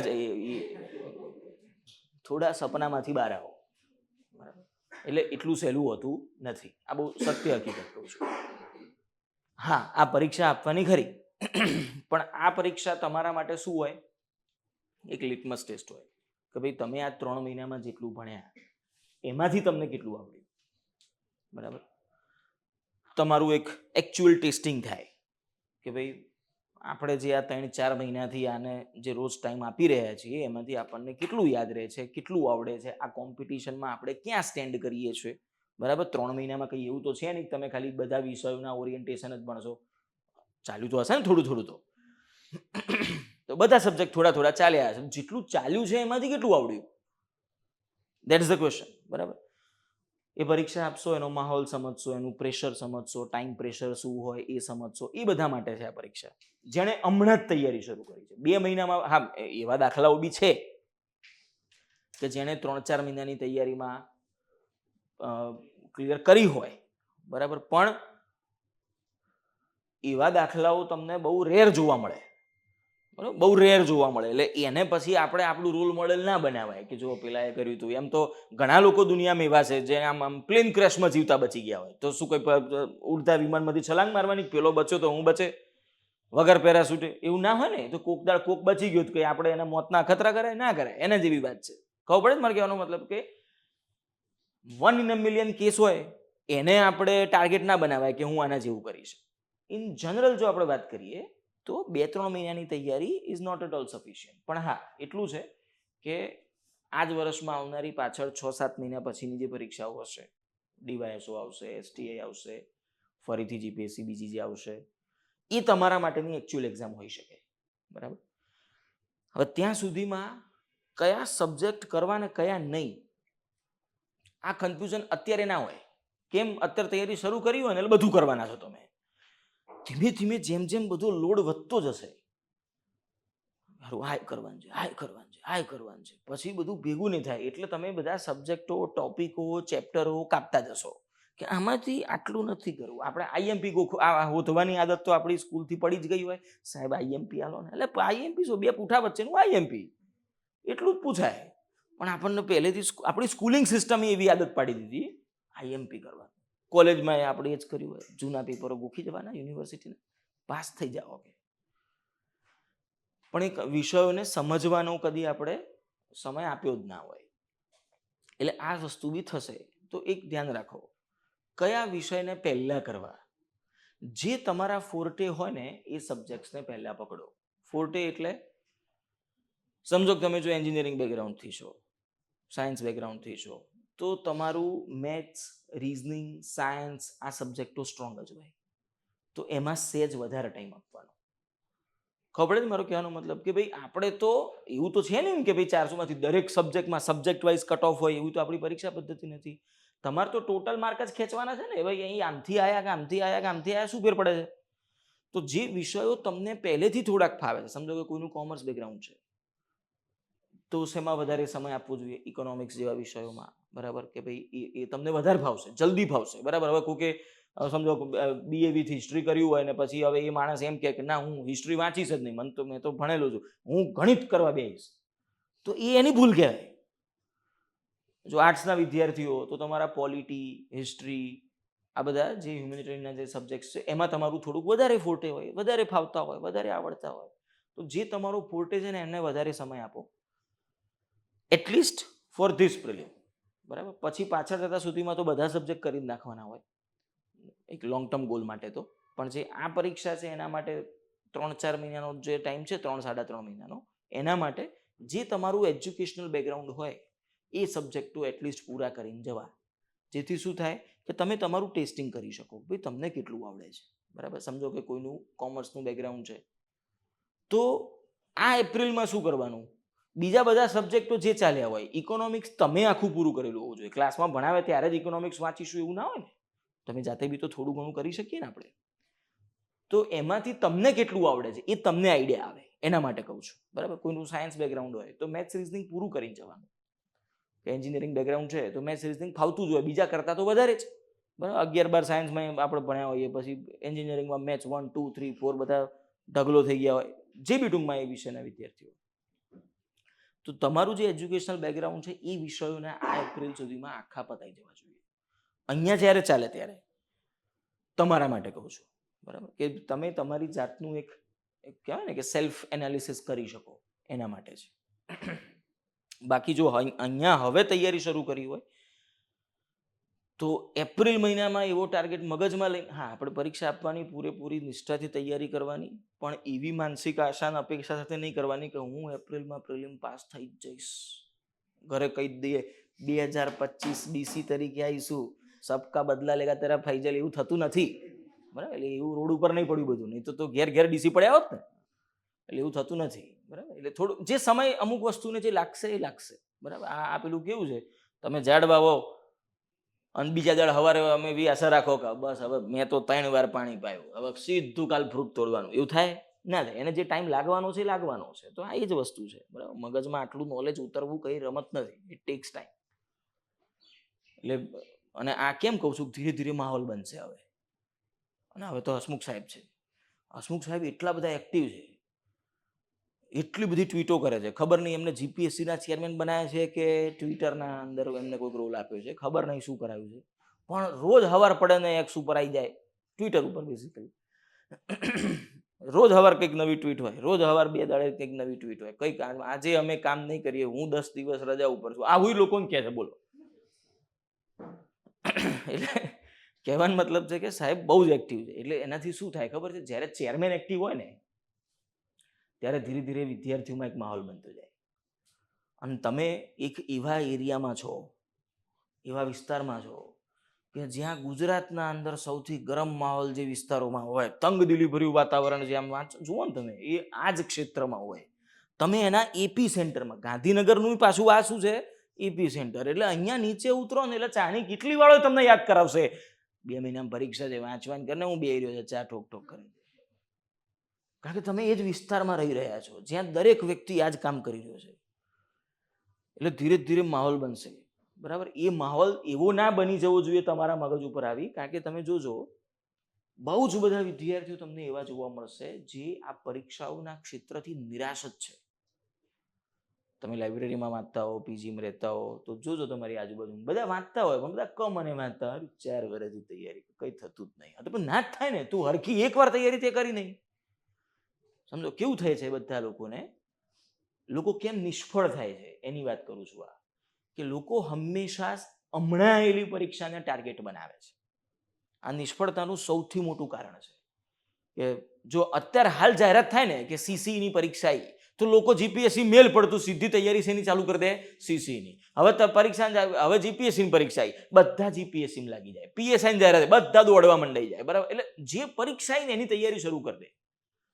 સામે જે ટાર્ગેટ દેખાઈ રહ્યો છે કે મારે મહિનામાં આ વસ્તુ કરવાની છે, 1.5 મહિનામાં કરવાની છે, એની તૈયારીઓ લોકો શરૂ કરી દે છે. અને એ જ નિષ્ફળતાનું સૌથી મોટું કારણ છે. જો તમારે સક્સેસફુલ થવું હોય તો શું કરવું પડે? સામેનો ટાર્ગેટ જવા દો. સબ્જેક્ટો તો બધા પરીક્ષાઓમાં સેમ જ છે ને. હા, એના વેઇટેજ બદલાય. બરાબર, વેઇટેજ બદલાય, એની પદ્ધતિ બદલાય, પણ હવે ગણિત તો ગણિત જ રહેવાનું ને. એમાં 2 ને 2 4 જ થાય ને. એમાં જીપીએસસીની પરીક્ષા હોય તો 2 ને 2 4 થાય. પછી કંડક્ટરની હોય શું 2 ને 2 3 કરવાના? આ તો નીચું લેવલ છે, આમાં ઓછું જાવ, એવું ના હોય ને યાર. ખબર પડે છે કહેવાનો મતલબ? તો મેથ્સ જ રહેવાનું, પોલિટી તો પોલિટી જ રહેવાનું. હવે એમાં કંઈ સમજો અમિત સર તમને પોલિટીમાં જે બંધારણ ભણાવતા હોય એ કે જીપીએસસી માટે અલગ હતું, હવે તમારી એસટી આપવાની છે તો હવે અલગ બંધારણ છે. આંબેડકર સાહેબે એક લખ્યું એમાં અડધું ભારત ગાંડું છે. સમજો, 4 બંધારણ હોય તો આપણે તો ભગવાઈ જ જઈએ ને અહીંયા. એટલે એવું તો છે નહીં.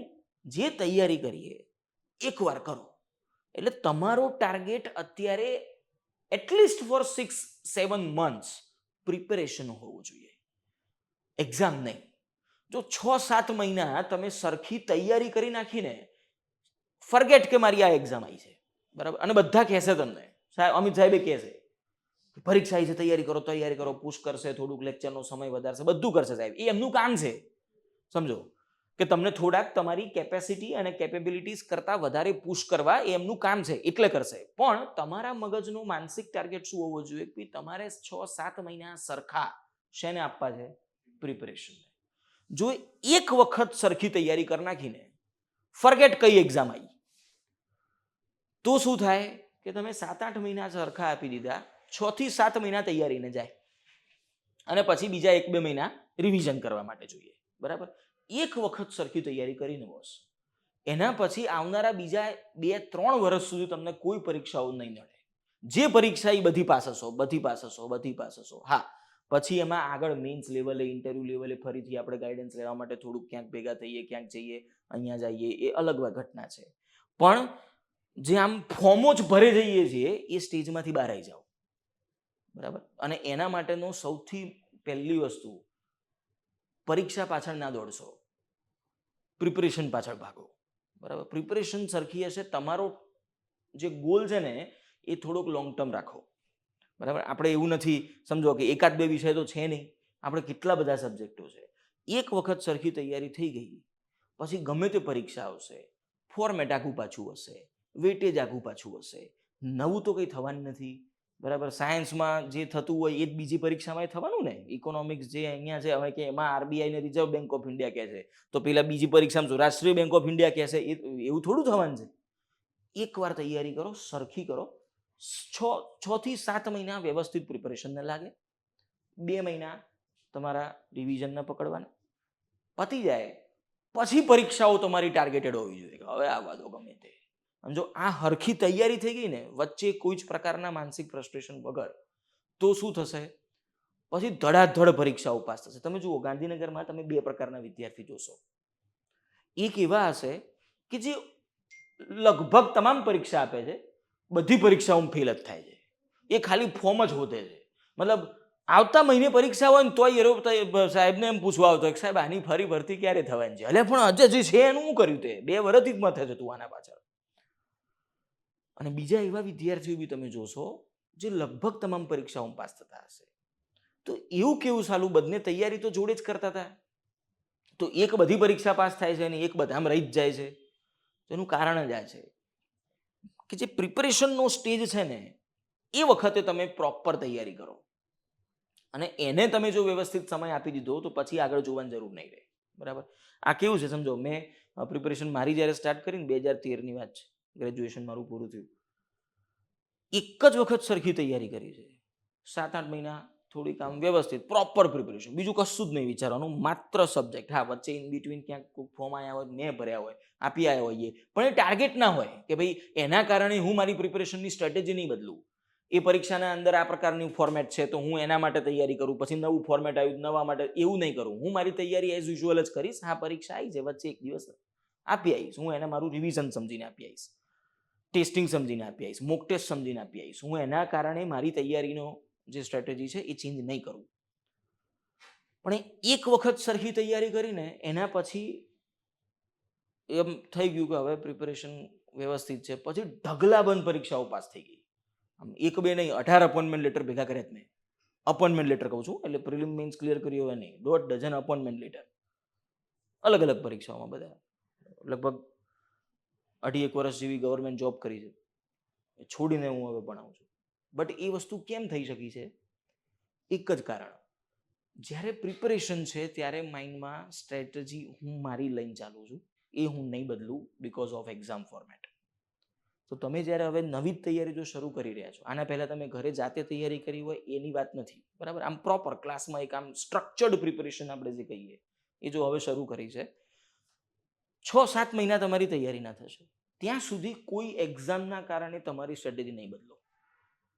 સબ્જેક્ટ ઉપર ધ્યાન આપો કે ભાઈ દાખલા તરીકે સાહેબ અહીંયા સમજો કે ઇકોનોમિક્સના લેક્ચર શરૂ થયા, ઉદાહરણ આપું છું. યોગેશ સર, કોણ છે તમારે? Yogesh sir, okay, Yogesh sir economics લેતા હોય તો તમારો ટાર્ગેટ એ ના હોવો જોઈએ કે મારે આ પરીક્ષામાં ઇકોનોમિક્સનું વેટેજ આટલું છે એવું તૈયાર નહીં. તમારું ટાર્ગેટ મારે ઇકોનોમિક્સ તૈયાર કરવું છે. અમિત સર પોલિટી લેતા હોય તો આ પરીક્ષામાં તો વેઇટેજ જ નથી. હવે કે ભાઈ મારે હવે સીસી ગ્રુપ બી આવીને એમાં તો કંઈ બહુ છે જ નહીં એટલે નહીં કરું, એવું નહીં. તમારો ટાર્ગેટ શું છે? પોલિટી તૈયાર કરવું. પછી હવે કોક પરીક્ષામાં એનું વેઇટેજ વધારે આવશે, કોક પરીક્ષામાં ઓછું આવશે. એક એક માર્ક મહત્વનો છે. એ તો તમે કોક પરીક્ષામાં જ્યારે આમ એકાદ માર્કથી ફેલ થાવ ને ત્યારે ખબર પડે. પોઈન્ટમાં જ્યારે ફેલ થાવ ને ત્યારે ખબર પડે કે સાલું આ એક માર્કનું કેટલું મહત્વ હોય. તો આપણો ટાર્ગેટ અત્યારે શું રાખો? પ્રિપેરેશન. બરાબર. અને એનો સૌથી સારામાં સારો ઇઝીએસ્ટ રસ્તો તમને કહું છું, તમે હમણાં જ ક્લાસ શરૂ કર્યા છે અને આ જ બેચ સૌથી સારી હોય, જે ફાઉન્ડેશન બેચીસ હોય ને, કે જે લોંગ ટર્મ બેચ હોય. સમજો બેચીસ 2-3 પ્રકારની હોય. એક હોય શોર્ટ ટર્મ, ભમી 3 મહિનામાં સિલેબસ પૂરો જીપીએસસીનો, એવી બેચ થાય.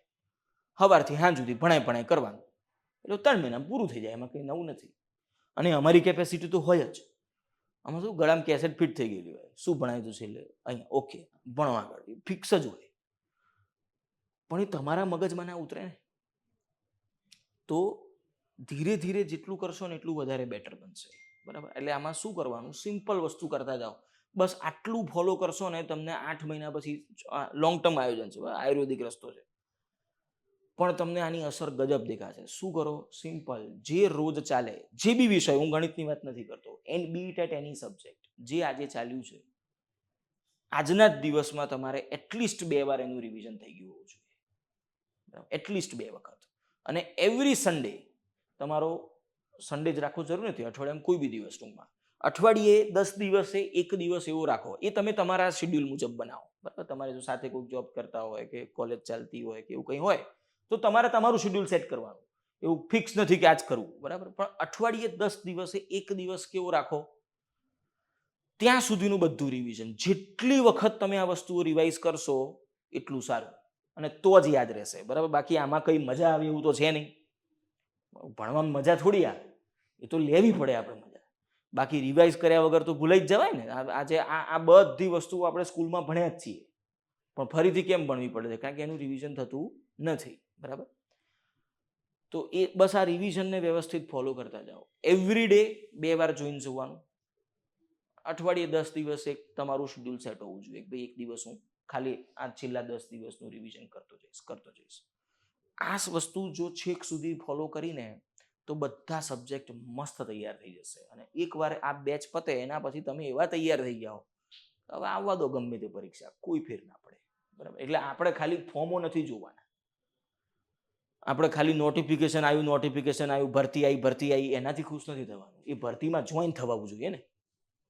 બાકી લોકો પાસ તો થવાના જ છે. સમજો 200 માણસની, 250 માણસની કે 2000 માણસની ભરતી આવશે તો 2000 કોક ને કોક તો જોઈન કરશે જ ને. પણ ગોલ શું હોવો જોઈએ? કે એ ભરતીમાં આપણું નામ હોય. બરાબર. ફોર્મ ભરનારમાં નામ આવવું એ મહત્વનું નથી, સક્સેસફુલ કેન્ડિડેટમાં નામ આવવું એ મહત્વની વસ્તુ છે. તો એ બે વચ્ચેની જે જર્ની છે ને, એ આ જ રીતે ફૂલફિલ થાય. બરાબર. તો ડેઈલી રિવિઝન કરતા જજો કોઈ બી સબ્જેક્ટમાં. ચલો લખો આગળ. 11નો નિયમ, એક લાઈન લખો એમાં.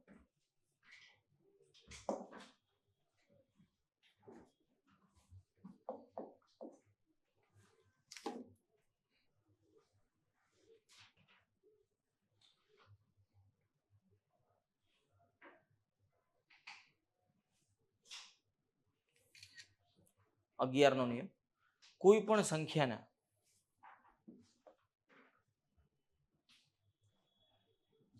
એકી સ્થાન પરના અંકો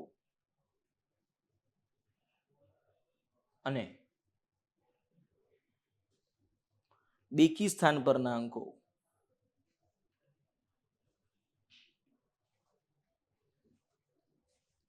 ના સરવાળાઓનો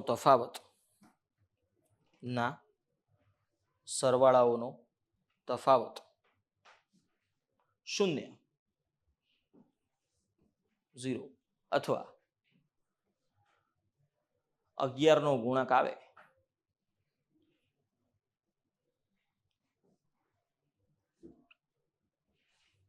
તો તે સંખ્યાને 11 વડે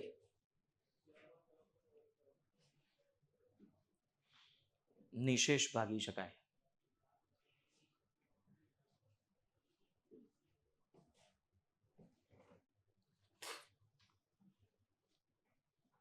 જો અહીંયા આપણે એ જે શબ્દ લખ્યું ને એને સમજો. એકી અંક અને બેકી અંક નથી લખી રહ્યા. આપણે શું લખ્યું? એકી સ્થાન પરના અંક. બરાબર, એકી સ્થાન પરનો અંક અને એકી અંક આ બેમાં ફેર છે. શું ફેર છે? સમજો કે હું આવી સંખ્યા લખું,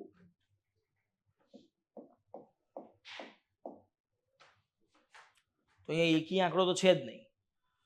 એકી સ્થાન એટલે શું? પહેલી, ત્રીજી અને પાંચમી સંખ્યા. બેકી સ્થાન એટલે બીજી, ચોથી, છઠ્ઠી સંખ્યા. બરાબર, તો આનો સરવાળો કરો, આનો સરવાળો કરો. 2 ને 6 8 ને 4 12, 4 ને 6 10 ને 2 12. આ બેનો ડિફરન્સ કેટલો આવી ગયો? 0. આપણે શું વાત થઈ કે એકી સ્થાન અને બેકી સ્થાનના સરવાળાઓનો તફાવત શું આવવો જોઈએ? 0 અથવા 11 નો ગુણક. લાસ્ટ લાઈન શું લખી આપણે કે એ તફાવત શું હોવો જોઈએ? 0 અથવા 11 નો ગુણક. અચ્છા, ગુણક એટલે શું? એનો મલ્ટીપલ. એના ગુણામાં આવતી સંખ્યા, એટલે કે 11 22 33 44 ગમે તે ચાલે. બરાબર, તો 0 આયા ચાલે? યસ, ચાલે. તો એનો મતલબ કે આખી સંખ્યા 11 વડે નિશેષ ભગાય છે. ફરીથી એક સમજો કે આવી સંખ્યા છે, આવી કોઈક સંખ્યા છે. 9 9 18 ને 9 27, 3 ને 2 5. ડિફરન્સ કેટલો છે? 22. ચાલે? ચાલે. 11 નો ગુણક છે, ચાલે. મતલબ કે આખી સંખ્યા 11 વડે નિશેષ ભગાશે. સમજો કે સંખ્યા આવી છે 1 ને 3 4 ને 5 9, 6 ને 4 10 ને 2 12. આ બેનો તફાવત કેટલો આવ્યો? 9 અને 12. ડિફરન્સ કેટલો છે? 3. ડિફરન્સ કેટલો? 3. ચાલે? ના ચાલે. એનો મતલબ કે આ સંખ્યા 11 વડે ભગાતી નથી. તો જો 0 11 22 33 એવી કોઈ બી સંખ્યા અહીંયા આવે તો એ સંખ્યા 11 વડે ભગાતી હોય. અધરવાઇઝ 9 ગમે તે આવે, 11 વડે ના ભગાતી હોય. ક્લિયર છે આટલું? લખી લો ફટાફટ, પછી બહુ મોટી જગ્યા જોઈશે મારે એક સાથે.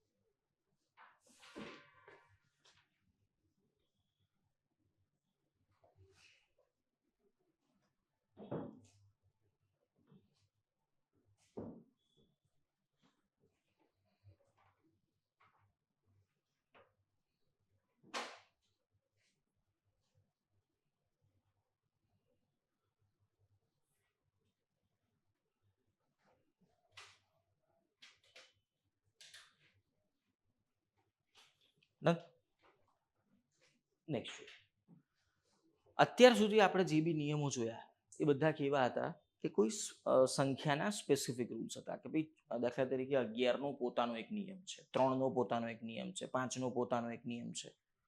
હવે એવા જોઈએ કે જે સંખ્યાઓના પોતાના કોઈ સ્પેસિફિક રૂલ નથી, એ સંખ્યા પોતે બને છે જ 2-3 અલગ અલગ નંબર્સના કોમ્બિનેશનથી. જેમ કે આને કમ્પોઝિટ નંબર્સ કહેવાય ગાણિતિક ભાષામાં. 6, તો 6 કઈ રીતે બને? 6 પોતે બને કઈ રીતે? 2 તરી 6. તો 6 બન્યા કઈ રીતે? તો કે 2 ગુણ્યા 3 થઈને. તો આનો નિયમ શું બને કે જે સંખ્યાને તમે 2 વડે અને 3 વડે બંને વડે ભાગી શકો એને તમે બધે 6 વડે નિશેષ ભાગી શકો. આવા જે કમ્પોઝિટ રૂલ્સ બનશે એનો મેક્સિમમ ઉપયોગ થશે. મેક્સિમમ. બરાબર, સમજતા જજો ધ્યાનથી. હું કેમ કહું છું આવું મેક્સિમમ ઉપયોગ થાય? સમજો એક સિમ્પલ એક્ઝામ્પલ આપું. હું એમ કહું કે એક દાખલો બનાવીએ, ચલો, કે 17,500 રૂપિયાને 24% લેખે 5 વર્ષ માટે સાદા વ્યાજે આપવામાં આવે તો વ્યાજ કેટલું થાય? તો લોકો જનરલી શું કરે? વ્યાજ શોધવા માંડે. તમે ડાયરેક્ટ એક વસ્તુ સમજો, 24%નો મતલબ શું થયો? 8 તરી 24 થાય કે ના થાય? 24 નો મતલબ શું થયો? 8 તરી 24 થાય. તો મારો જવાબ જે બી હશે એ 3 વડે તો ભગાવવું જ જોઈએ કે નહીં? ખ્યાલ આવે છે શું કહેવા માંગુ છું? 8 વડે તો ભગાવવું જ જોઈએ કે નહીં? તો હું ઓપ્શનમાં ડાયરેક્ટ એ જ જોઈશ કે આમાંથી 3 વડે ભગાવ્યા કેટલા. એક જ છે, દાખલો ગણવાની જરૂર જ ક્યાં હતી? ખ્યાલ આવે છે મારો કહેવાનો મતલબ? તો આ હવે તમને પણ એના માટે પહેલા તમને શું ખબર પડી જોઈએ કે 24% મતલબ તમારે કમ્પોઝિટ રૂલ બનાવતા તમને આવડવું જોઈએ. તો બસ એ પહેલા બનાવતા સમજીએ કે ભાઈ 6 નો નિયમ છે, 6 નો પોતાનો કોઈ નિયમ નથી, પણ 6 બન્યા કઈ રીતે? 2 તરી 6 થઈને બન્યા. તો આપણો નિયમ શું બન્યો? 2 વડે ભગાય, 3 વડે ભગાય, બંને વડે ભગાય તો એ બધી જ સંખ્યાઓ 6 વડે ભગાય. સમજો કે મારી સંખ્યા છે આવી 1 2 3 4 5 6, બરાબર. 3 વડે ચેક કરીએ. 3 નો નિયમ શું હતો? આડો સરવાળો.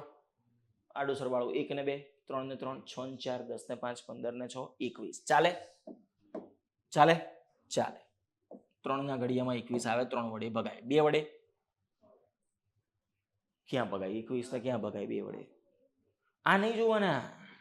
આ તો 3 ના નિયમ માટે લાયેલી સંખ્યા હતી. આપણે ચેક કોને કરી રહ્યા છીએ? મૂળ સંખ્યાને. એટલે આને એવું નહીં જોવાનું 21 ને 2 વડે ભગાય કે નહીં. આ તો 3 ના નિયમ માટે લાયા હતા.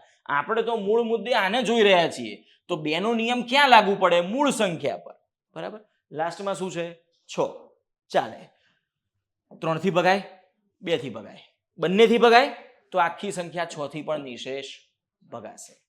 ખ્યાલ આવ્યો શું થઈ રહ્યું છે? ફરીથી એકવાર સમજો કે સંખ્યા છે આવી 1 2 3 4 5, 1 2 3 3 4 5. ચલો 3 નો નિયમ શું કહે છે? 1 ને 2, 3 ને 3, 6 ને 3, 9 4, 13 ને 5, 18. ભગાય કે ના ભગાય? ભગાય. 2 વડે? 2 વડે કેમ ભગાય? ખરા. 2 9 18 ના થાય? આને નહીં જોવાના. આ તો 3 ના નિયમ માટે લાયા હતા. બરાબર. આપણે મૂળ સંખ્યા ઉપર બધા નિયમ લગાવીએ છીએ એટલે એ મિસ્ટેક ના થવી જોઈએ ઉતાવળમાં. 2 નો નિયમ ક્યાં લાગુ પડે? મૂળ સંખ્યા પર. 5 ભગાય? ના ભગાય. એનો મતલબ કે આનાથી નથી ભગાતા તો આખી સંખ્યા 6 વડે ભાગી શકાશે નહીં. ખ્યાલ આવ્યો? હવે આવા જ નિયમો બીજા કોઈ બી સંખ્યાના મારે બનાવવા હોય તો હું બનાવી શકું. કઈ રીતે? જુઓ, 12 નો નિયમ છે. તો 12 એટલે શું? 6 દુ 12 કહેવાય. 6 દુ 12 કહેવાય. ઉભા રહો, હું એક સંખ્યા લઈ લઉં 30. 30 ને 6 વડે ભગાય?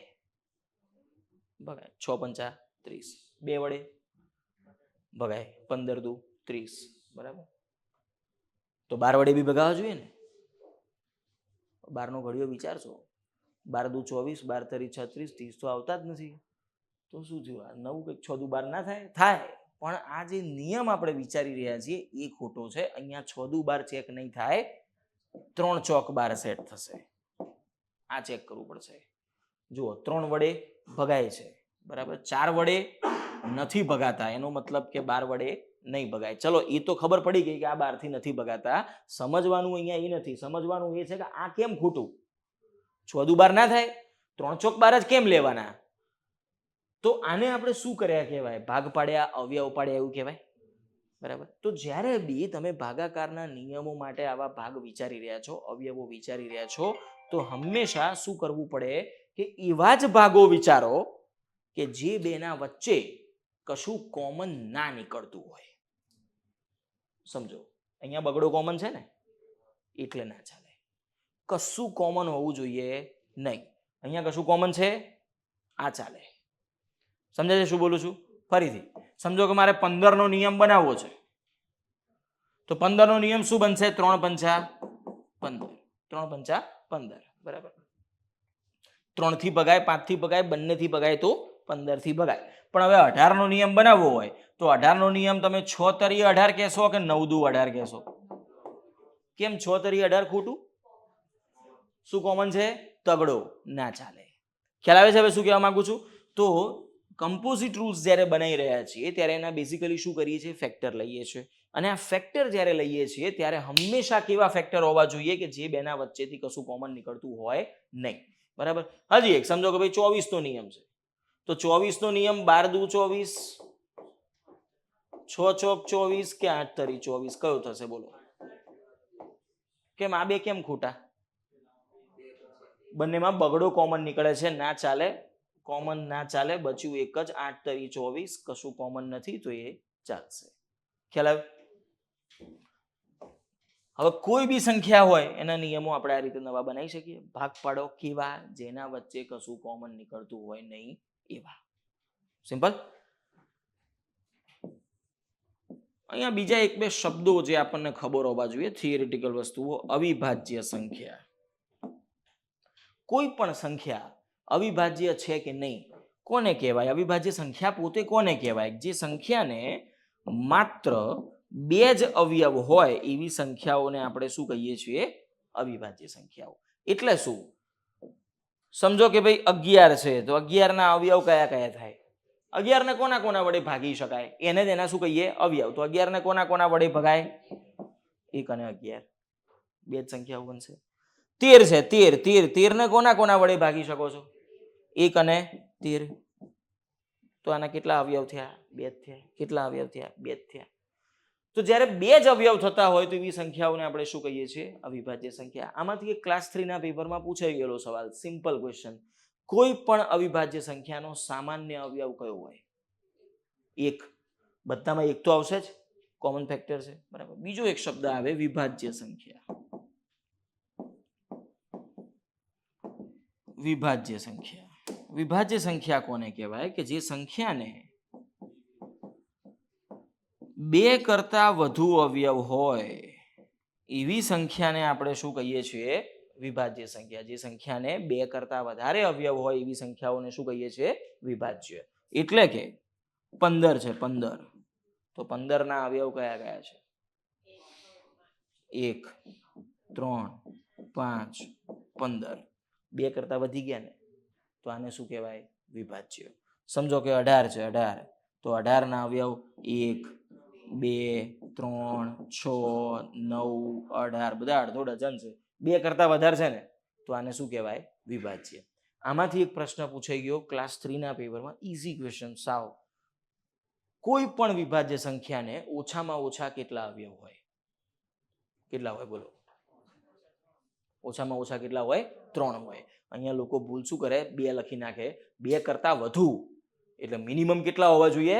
3 હોવા જોઈએ, બરાબર. ખાલી શબ્દોની ગેમ છે, બરાબર. મિનિમમ કેટલા હોવા જોઈએ? 3. અચ્છા, 1 ના અવયવ કેટલા થાય? 1. આના સિવાય કોઈ અવયવ ખરો? ના. તો જો 2 અવયવ હોય તો અવિભાજ્ય છે, 2 થી વધારે હોય તો વિભાજ્ય છે, પણ એક જ અવયવ હોય તો હવે આના માટે એક નવો શબ્દ છે, તટસ્થ સંખ્યા. આને કેવી કહેવાય? તટસ્થ સંખ્યા. ઘણા પુસ્તકોમાં આને વિશિષ્ટ સંખ્યા પણ લખવામાં આવે છે. બંને સાચું છે. હું તટસ્થ લખીશ કારણ કે જીસીઆરટીમાં તટસ્થ શબ્દ છે, બરાબર. આગળ સમજો કે આમાંથી એક નવો સવાલ બનાવીએ. આના ઉપર પાછા આવીશું. હું એમ કહું કે એક સંખ્યા છે એક્સ. એક્સ એક બેકી સંખ્યા છે. એક્સ કેવી સંખ્યા છે? બેકી. તો આના અવયવો કયા કયા થાય? કોઈ બી સંખ્યાના અવયવમાં 1 તો આવશે જ. જે તે સંખ્યા પોતે તો હશે જ. અને બેકી હોવાનો મતલબ જ શું છે? 2 વડે ભગાતી હશે તો જ આને બેકી કહેવાય, બરાબર. તો આવા કંઈક અવયવો થઈ જાય. તો કેટલા અવયવ થયા? 3. તો આ વિભાજ્ય કહેવાય કે અવિભાજ્ય કહેવાય? બરાબર. પાછા આવીશું અહીંયા. હું એક નવો સવાલ બનાવું છું, વિધાનવાળો ક્વેશ્ચન. હવે કન્સેપ્ટ આ જ છે, થિયરી આ જ છે, ખાલી એનું લેવલ થોડુંક અપર લઈ જઈએ, બરાબર. જીપીએસસીમાં ને બધામાં તમને વિધાનોવાળા પ્રશ્નો જોવા મળે. તો વિધાનવાળો સવાલ હું આપું છું. પહેલું વિધાન: કોઈ પણ બેકી સંખ્યા હંમેશા વિભાજ્ય જ હોય. અને સેકન્ડ વિધાન: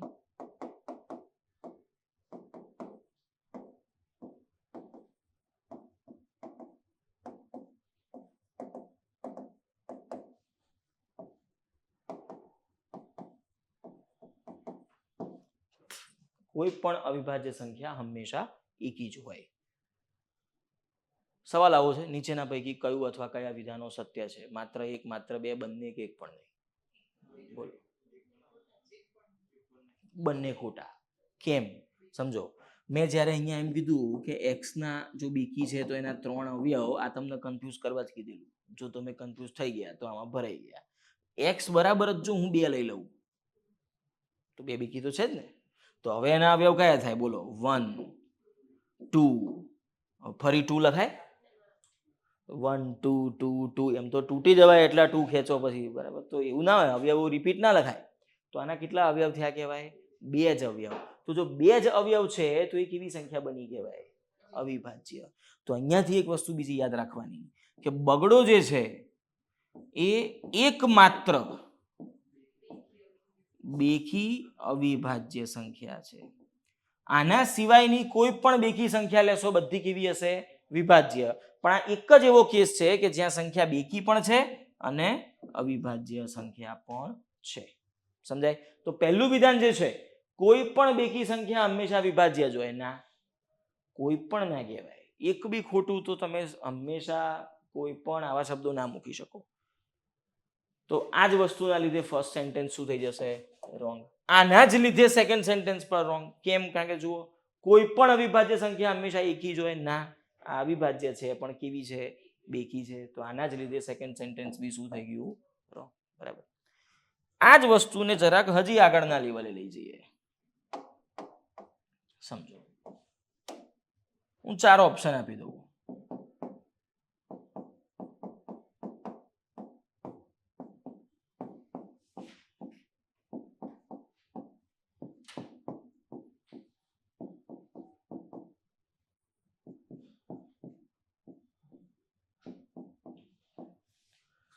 ચાર ઓપ્શન આપ્યા છે અને સવાલ આવો છે, નીચેના પૈકી પરસ્પર અવિભાજ્ય સંખ્યા કઈ છે? નીચેના પૈકી પરસ્પર અવિભાજ્ય સંખ્યા કઈ છે? પરસ્પર અવિભાજ્ય. ઇંગ્લિશ, કોઈ ઇંગ્લિશ મીડિયમ વાળા ખરા તમારામાંથી? કોઈ? પરસ્પર અવિભાજ્ય સંખ્યા કોને કહેવાય? તો હવે આમાંથી પરસ્પર અવિભાજ્ય બોલો કઈ છે? 4 ઓપ્શન આપેલા છે. અવિભાજ્ય કઈ દેખાય છે? આમાં મોટે ભાગે એક ભૂલ શું થાય? એ ટીક થઈ જાય.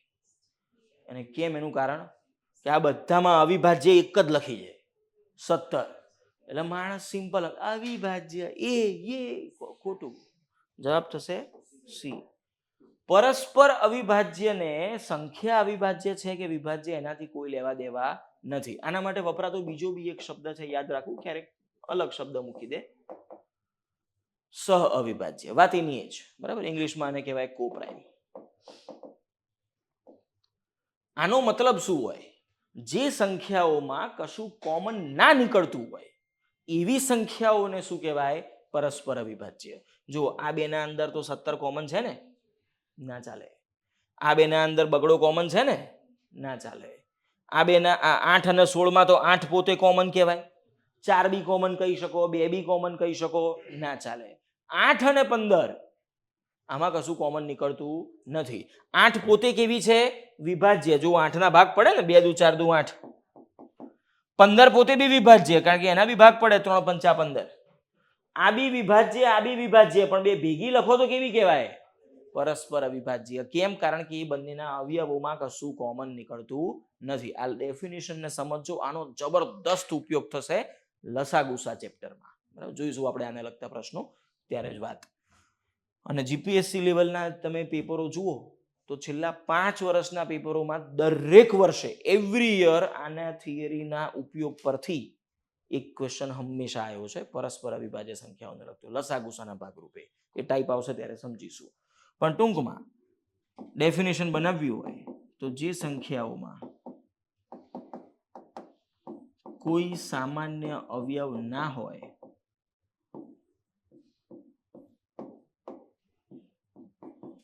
એને શું કહેવાય? પરસ્પર અવિભાજ્ય. અને જ્યારે હું એમ કહું છું કે કોઈ સામાન્ય અવયવ ના હોય ત્યારે અન્ડરસ્ટુડ છે એક સિવાયની વાત ચાલે છે. બરાબર? બાકી એમ તો કહી જ શકો તમે આ બંનેમાંથી એકડો કોમન નીકળે, એ તો બધામાંથી નીકળે. બરાબર? એટલે એક સિવાયની વાત ચાલે છે. ક્લિયર? લખી લો. આપણે અહીંયા આગળ વાત થઈ અવિભાજ્ય સંખ્યા, વિભાજ્ય સંખ્યા, ત્યારે આપણે એક શબ્દ બહુ વાપર્યો, અવયવ. કે અવયવ એટલે શું?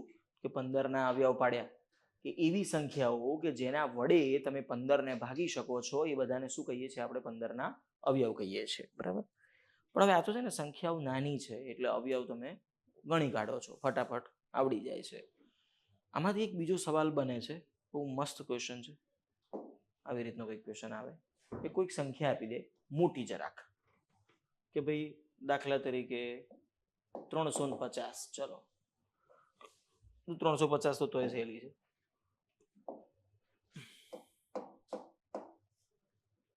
324 ને કેટલા અવયવ હશે? કેટલા અવયવ છે? 324 ના અવયવની સંખ્યા શોધવી છે. તો હવે આવા સવાલો પૂછાય છે, બરાબર? ઘણી બધી વખત આવી ગયા છે. લોકો હવે આમાં શું કરવા બેસે? અવયવ એટલે શું? જેના વડે ભગાતા હોય. તો પેલું છે ને આગળ 10, 15, 20 સુધીની સંખ્યાઓ હતી એટલે આપણે ફાટ વિચાર લેતા હતા. હવે 1 થી ભગાય, 2 થી ભગાય, 3 થી ભગાય. હવે જો એમ વિચારવા બેહીએ તો આ ક્યાં સુધી ગાડું લઈ જવાનું?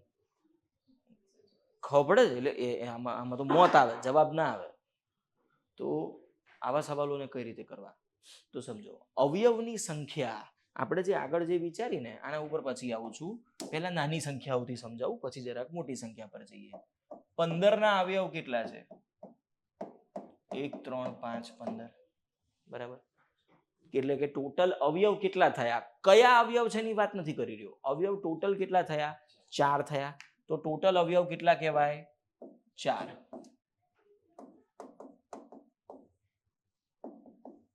બરાબર? ટોટલ અવયવ કેટલા કહેવાય? 4. તો આને ગણવાનો બીજો બી એક રસ્તો છે. 15 ના ભાગ પાડો, શું થાય? 3 પંચા 15. 3 પંચા 15. આના અંદર હવે 3 ના ભાગ કોઈ પડે? ના. 5 ના ભાગ કોઈ પડે? ના. તો આ બંનેની કેટલી ઘાતો છે? એક જ ઘાત છે ને, કશું નથી એનો મતલબ કે ડિફોલ્ટ કેટલી ઘાત છે? 1 ઘાત છે. તો આ જે 1 ઘાત છે ને એમાં જ +1 કરી દો. કેટલા થઈ ગયા? 2. આ જે 1 ઘાત હતી ને +1 કરી દો. કેટલા થઈ ગયા? 2. આ બંનેનો ગુણાકાર 2 દુ 4. આ તમારા ટોટલ અવયવ હોય. કોઈ પણ સંખ્યાના કુલ અવયવ ગણવા છે તો હંમેશા આવી રીતે કંઈક કેલ્ક્યુલેશન કરી શકીએ. આ દાખલાઓ લાગે બહુ સહેલા, બરાબર? કેમ? કારણ કે રકમમાં જ અવયવ ગણવાના, પણ એ ગણવા બેસો ને ત્યારે ખબર પડે ખારું આ પૂરું જ નથી થતું. એટલે જ પછી લોકોને ગણિત લેન્ધી લાગે. કેમ? કારણ કે એને લોજિક ના ખબર હોય. એ ખાલી એને એટલી જ ખબર હોય ગણી કાઢવાનું, તો એ તો પૂરું જ નહીં થાય. કારણ કે સવાલમાં કંઈ તમને પરીક્ષામાં પ્રશ્ન પૂછે કે 15, 18, 24 થોડા પૂછશે, એ તો મોટું જ પૂછશે. સમજો, પહેલા નાની સંખ્યા હજી એક વાર એક્ઝામ્પલ લઈએ, પછી મોટા ઉપર જઈએ. સમજો કે મારે સંખ્યા લેવી છે 24. 24 ના અવયવ કયા કયા થાય? આપણે પહેલા એવી સંખ્યાઓ લઈએ છીએ જે આપણે ગણી શકીએ છીએ મોઢે, બરાબર? પછી મોટી સંખ્યા પર જઈએ. 24 ના અવયવ તો કે 1, 2, 3, 4, 6, 8, 12, 24. 24 ના અવયવ આટલા થાય. કેટલા થયા? 1, 2, 3, 4, 5, 6, 7 ને 8. 8 અવયવ થયા, બરાબર? 8 અવયવ થઈ ગયા. આના સિવાય હવે 24 નો કોઈ અવયવ ખરો? ના, પતી ગયું. તો 24 ના ભાગ શું પડે? વિચારો. 24 ના ભાગ શું પડે? 24 ના ભાગ પાડીએ તો કે 8 તરી 24 કહેવાય. 8 તરી 24 કહેવાય. હું અહીંયા એક વાક્ય શું બોલ્યો? 3 ના ભાગ પડતા નથી, 5 ના ભાગ પડતા નથી, પણ અહીંયા 8 ના ભાગ પડે છે તો પાડવા પડે. 8 એટલે શું? 2 દુ 4 દુ 8, એટલે કે 2 ની 3 ઘાત કહેવાય કે ના કહેવાય? બરાબર? તો 2 ની 3 ઘાત ગુણ્યા 3. હું બેઝિકલી શું કરી રહ્યો છું ખબર પડે છે? આપણે એને ઘાતોના ફોર્મેટમાં ફેરવીએ છીએ, નાનામાં નાના ફેક્ટરમાં, કે ભાઈ હવે એનો ભાગ પડે નહીં. 2 ના ભાગ હવે પડે? ના પડે. 3 ના ભાગ હવે પડે? ના પડે. હવે ઘાત જોવાની. અહીંયા ઘાત કેટલી? શું કરી દઈશું એમાં? +1. એટલે કે 3 ને 1 4. કશું નથી એટલે 1 ઘાત કહેવાય. એમાં શું કરી દઈશું? +1. એટલે 1 ને 1 2. તો 4 દુ કેટલા થઈ ગયા? 8. તો તમારા ટોટલ અવયવ કેટલા આવી ગયા? 8. ખ્યાલ આવ્યો હવે શું થઈ રહ્યું છે? હવે પેપરમાં જ્યારે પ્રશ્ન પૂછાય ને ત્યારે આવી નાની સંખ્યા ના આવે. પેપરમાં સવાલ કેવો આવે? 200, 300 ઉપરની આંકડો જાય, બરાબર? એટલે લોકોને એવું લાગે બહુ લેન્થી પેપર છે. પછી પાછા બધા એવું કે અમુક પ્રશ્નો પરીક્ષામાં છોડી દેવા સર. છોડી દેવા પેપર થોડું બને? તમને આવડતું નહીં ડફોળ, એમ કહો. 324 સંખ્યા મોટી થઈ જાય તો કન્સેપ્ટ થોડો બદલાય છે. એ તો એનું જ રહેશે ને. 324 ના ભાગ પાડો, બોલો શું થાય? 18 નો વર્ગ છે. જોઈને તમને જો ખ્યાલ આવે. જો જોઈને ખ્યાલ ના આવે તો ભાગવા માંડવાનું. જો મને જોઈને યાદ આવી ગયું કે 18 નો વર્ગ છે તો હું સિમ્પલ લખી નાખીશ 18 ગુણ્યા 18 અને પછી ફેક્ટરાઇઝેશનમાં જઈશ. બરાબર? જો એવું જોઈને મગજમાં વિચાર ના આવે, ટેન્શન નહીં લેવાનું. જે આંકડો પહેલો મગજમાં આવે, સમજો ભાઈ 6 થી ભગાયા, ભગાય. જો 6 થી ભગાય માટે નિયમ હાલ શું સમજ્યા? 2 થી ભગાય, 3 થી ભગાય. 2 થી તો ભગાય જ છે. 3 થી 3 ને 2 5 ને 4 9 ભગાય છે. બરાબર? જો તમને સીધું પહેલો વિચાર આવ્યો 18 નો વર્ગ તો ધી બેસ્ટ. પણ હવે એવું દર વખતે જોઈને હું કહું એવો વિચાર જ આવી જાય એવું જરૂરી નથી ને. એટલે આપણે ઇન જનરલ રસ્તામાં જઈએ છીએ કે આ વિચાર તો આવે, કોનાથી ભગાય વિચારવા માંડવાનું. બરાબર? જે આંકડો પહેલો મગજમાં આવ્યો, સમજો કે મારા મગજમાં 6 આવ્યા, 6 થી ભગાય છે. કઈ રીતે? કે 6 પંચા 30, બચ્યા 2, 24, 6 ચોક 24. હું હવે ભાગ પાડીશ. હજી ભાગ પડે છે. જ્યાં સુધી ભાગ પડતા હોય પાડતા જાઓ. 6 ના ભાગ શું થાય? 2 તરી 6. 54 ના ભાગ શું થાય? કે 9 છક 54, 9 છક 54. 9 છક એટલે 9 એટલે શું? 3 તરી 9 ગુણ્યા 6. 6 એટલે 2 તરી 6. તો હવે જુઓ આપણે કેવા ફોર્મેટમાં ફેરવવું છે? ઘાતો વાળા ફોર્મેટમાં લાવવાનું છે. તો આ જુઓ હવે 2 ની કેટલી ઘાત થઈ ગઈ? 2 ગુણ્યા 2 એટલે 2 ઘાત થઈ ગઈ કે નહીં? 3 ની કેટલી ઘાત થઈ ગઈ? 1 2 3 4, તો 4 ઘાત થઈ ગઈ કે નહીં? ખબર પડી? તમે કદાચ એને અલગ રીતે લઈ ગયા હોત. જો તમારા મગજમાં પહેલો વિચાર 18 ગુણ્યા 18 આવ્યો હોત, 18 નો વર્ગ છે, તો 18 એટલે શું? 9 દુ 18. 18 એટલે શું? 9 દુ 18. તો 9 એટલે 3 તરી 9 ગુણ્યા 2. 3 તરી 9 ગુણ્યા 2. તો વાત એની જ થઈ ને. બગડો 2 વાર એટલે 2 ની 2 ઘાત, તગડો 4 વાર એટલે 3 ની 4 ઘાત. તમે કયા ફોર્મેટથી આગળ વધો છો ફરક નથી પડતો. છેલ્લે તમે હંમેશા શેના ઉપર આવશો? એક જ વસ્તુ ઉપર આવશો. બરાબર? એટલે કયો વિચાર આવવો જોઈએ? Doesn't matter. કોના વડે ભગાય? ભાગતા જાઓ. ક્યાં સુધી ભાગતા જવાનું? સ્મોલેસ્ટ પોસિબલ નંબર આવી જાય કે હવે ભાગ નથી ચાલતો ત્યાં સુધી લાવી દો, અને એને પછી કેવા ફોર્મેટમાં બનાવી દઈએ છીએ? ઘાતો વાળા ફોર્મેટમાં. બરાબર? હવે ઘાત જે 2 છે શું કરી દઈશું? એટલે અહીંયા 4 ને 1, 2 નો શું કરવાનો? ગુણાકાર. 5 તરી 15. તો 324 ને કેટલા અવયવ હશે? 15 અવયવ હશે. ખબર પડી? સમજાય? હવે કોઈ બી સંખ્યા, આવા સવાલો પૂછાયેલા છે, બહુ બધી વખત આવેલા છે, અને આવા સવાલો જ્યારે આવે ને ત્યારે 99% વિદ્યાર્થીઓ આને સોલ્વ નથી કરી શકતા. કારણ કે આવું કોઈને આવડતું જ નથી. બધાને આવડે છે એ વસ્તુ કરવાથી પાસ ના થવાય. સમજો? બધા કરતાં આગળ જવું છે મેરિટમાં તો કંઈક નવું જ કરવું પડે, તો જ આગળ જઈ શકાય. ખ્યાલ આવે શું થયું? લખી લો. લખીને એક સવાલ જાતે ગણો. છેલ્લો આજનો 450 ને કેટલા અવયવ છે?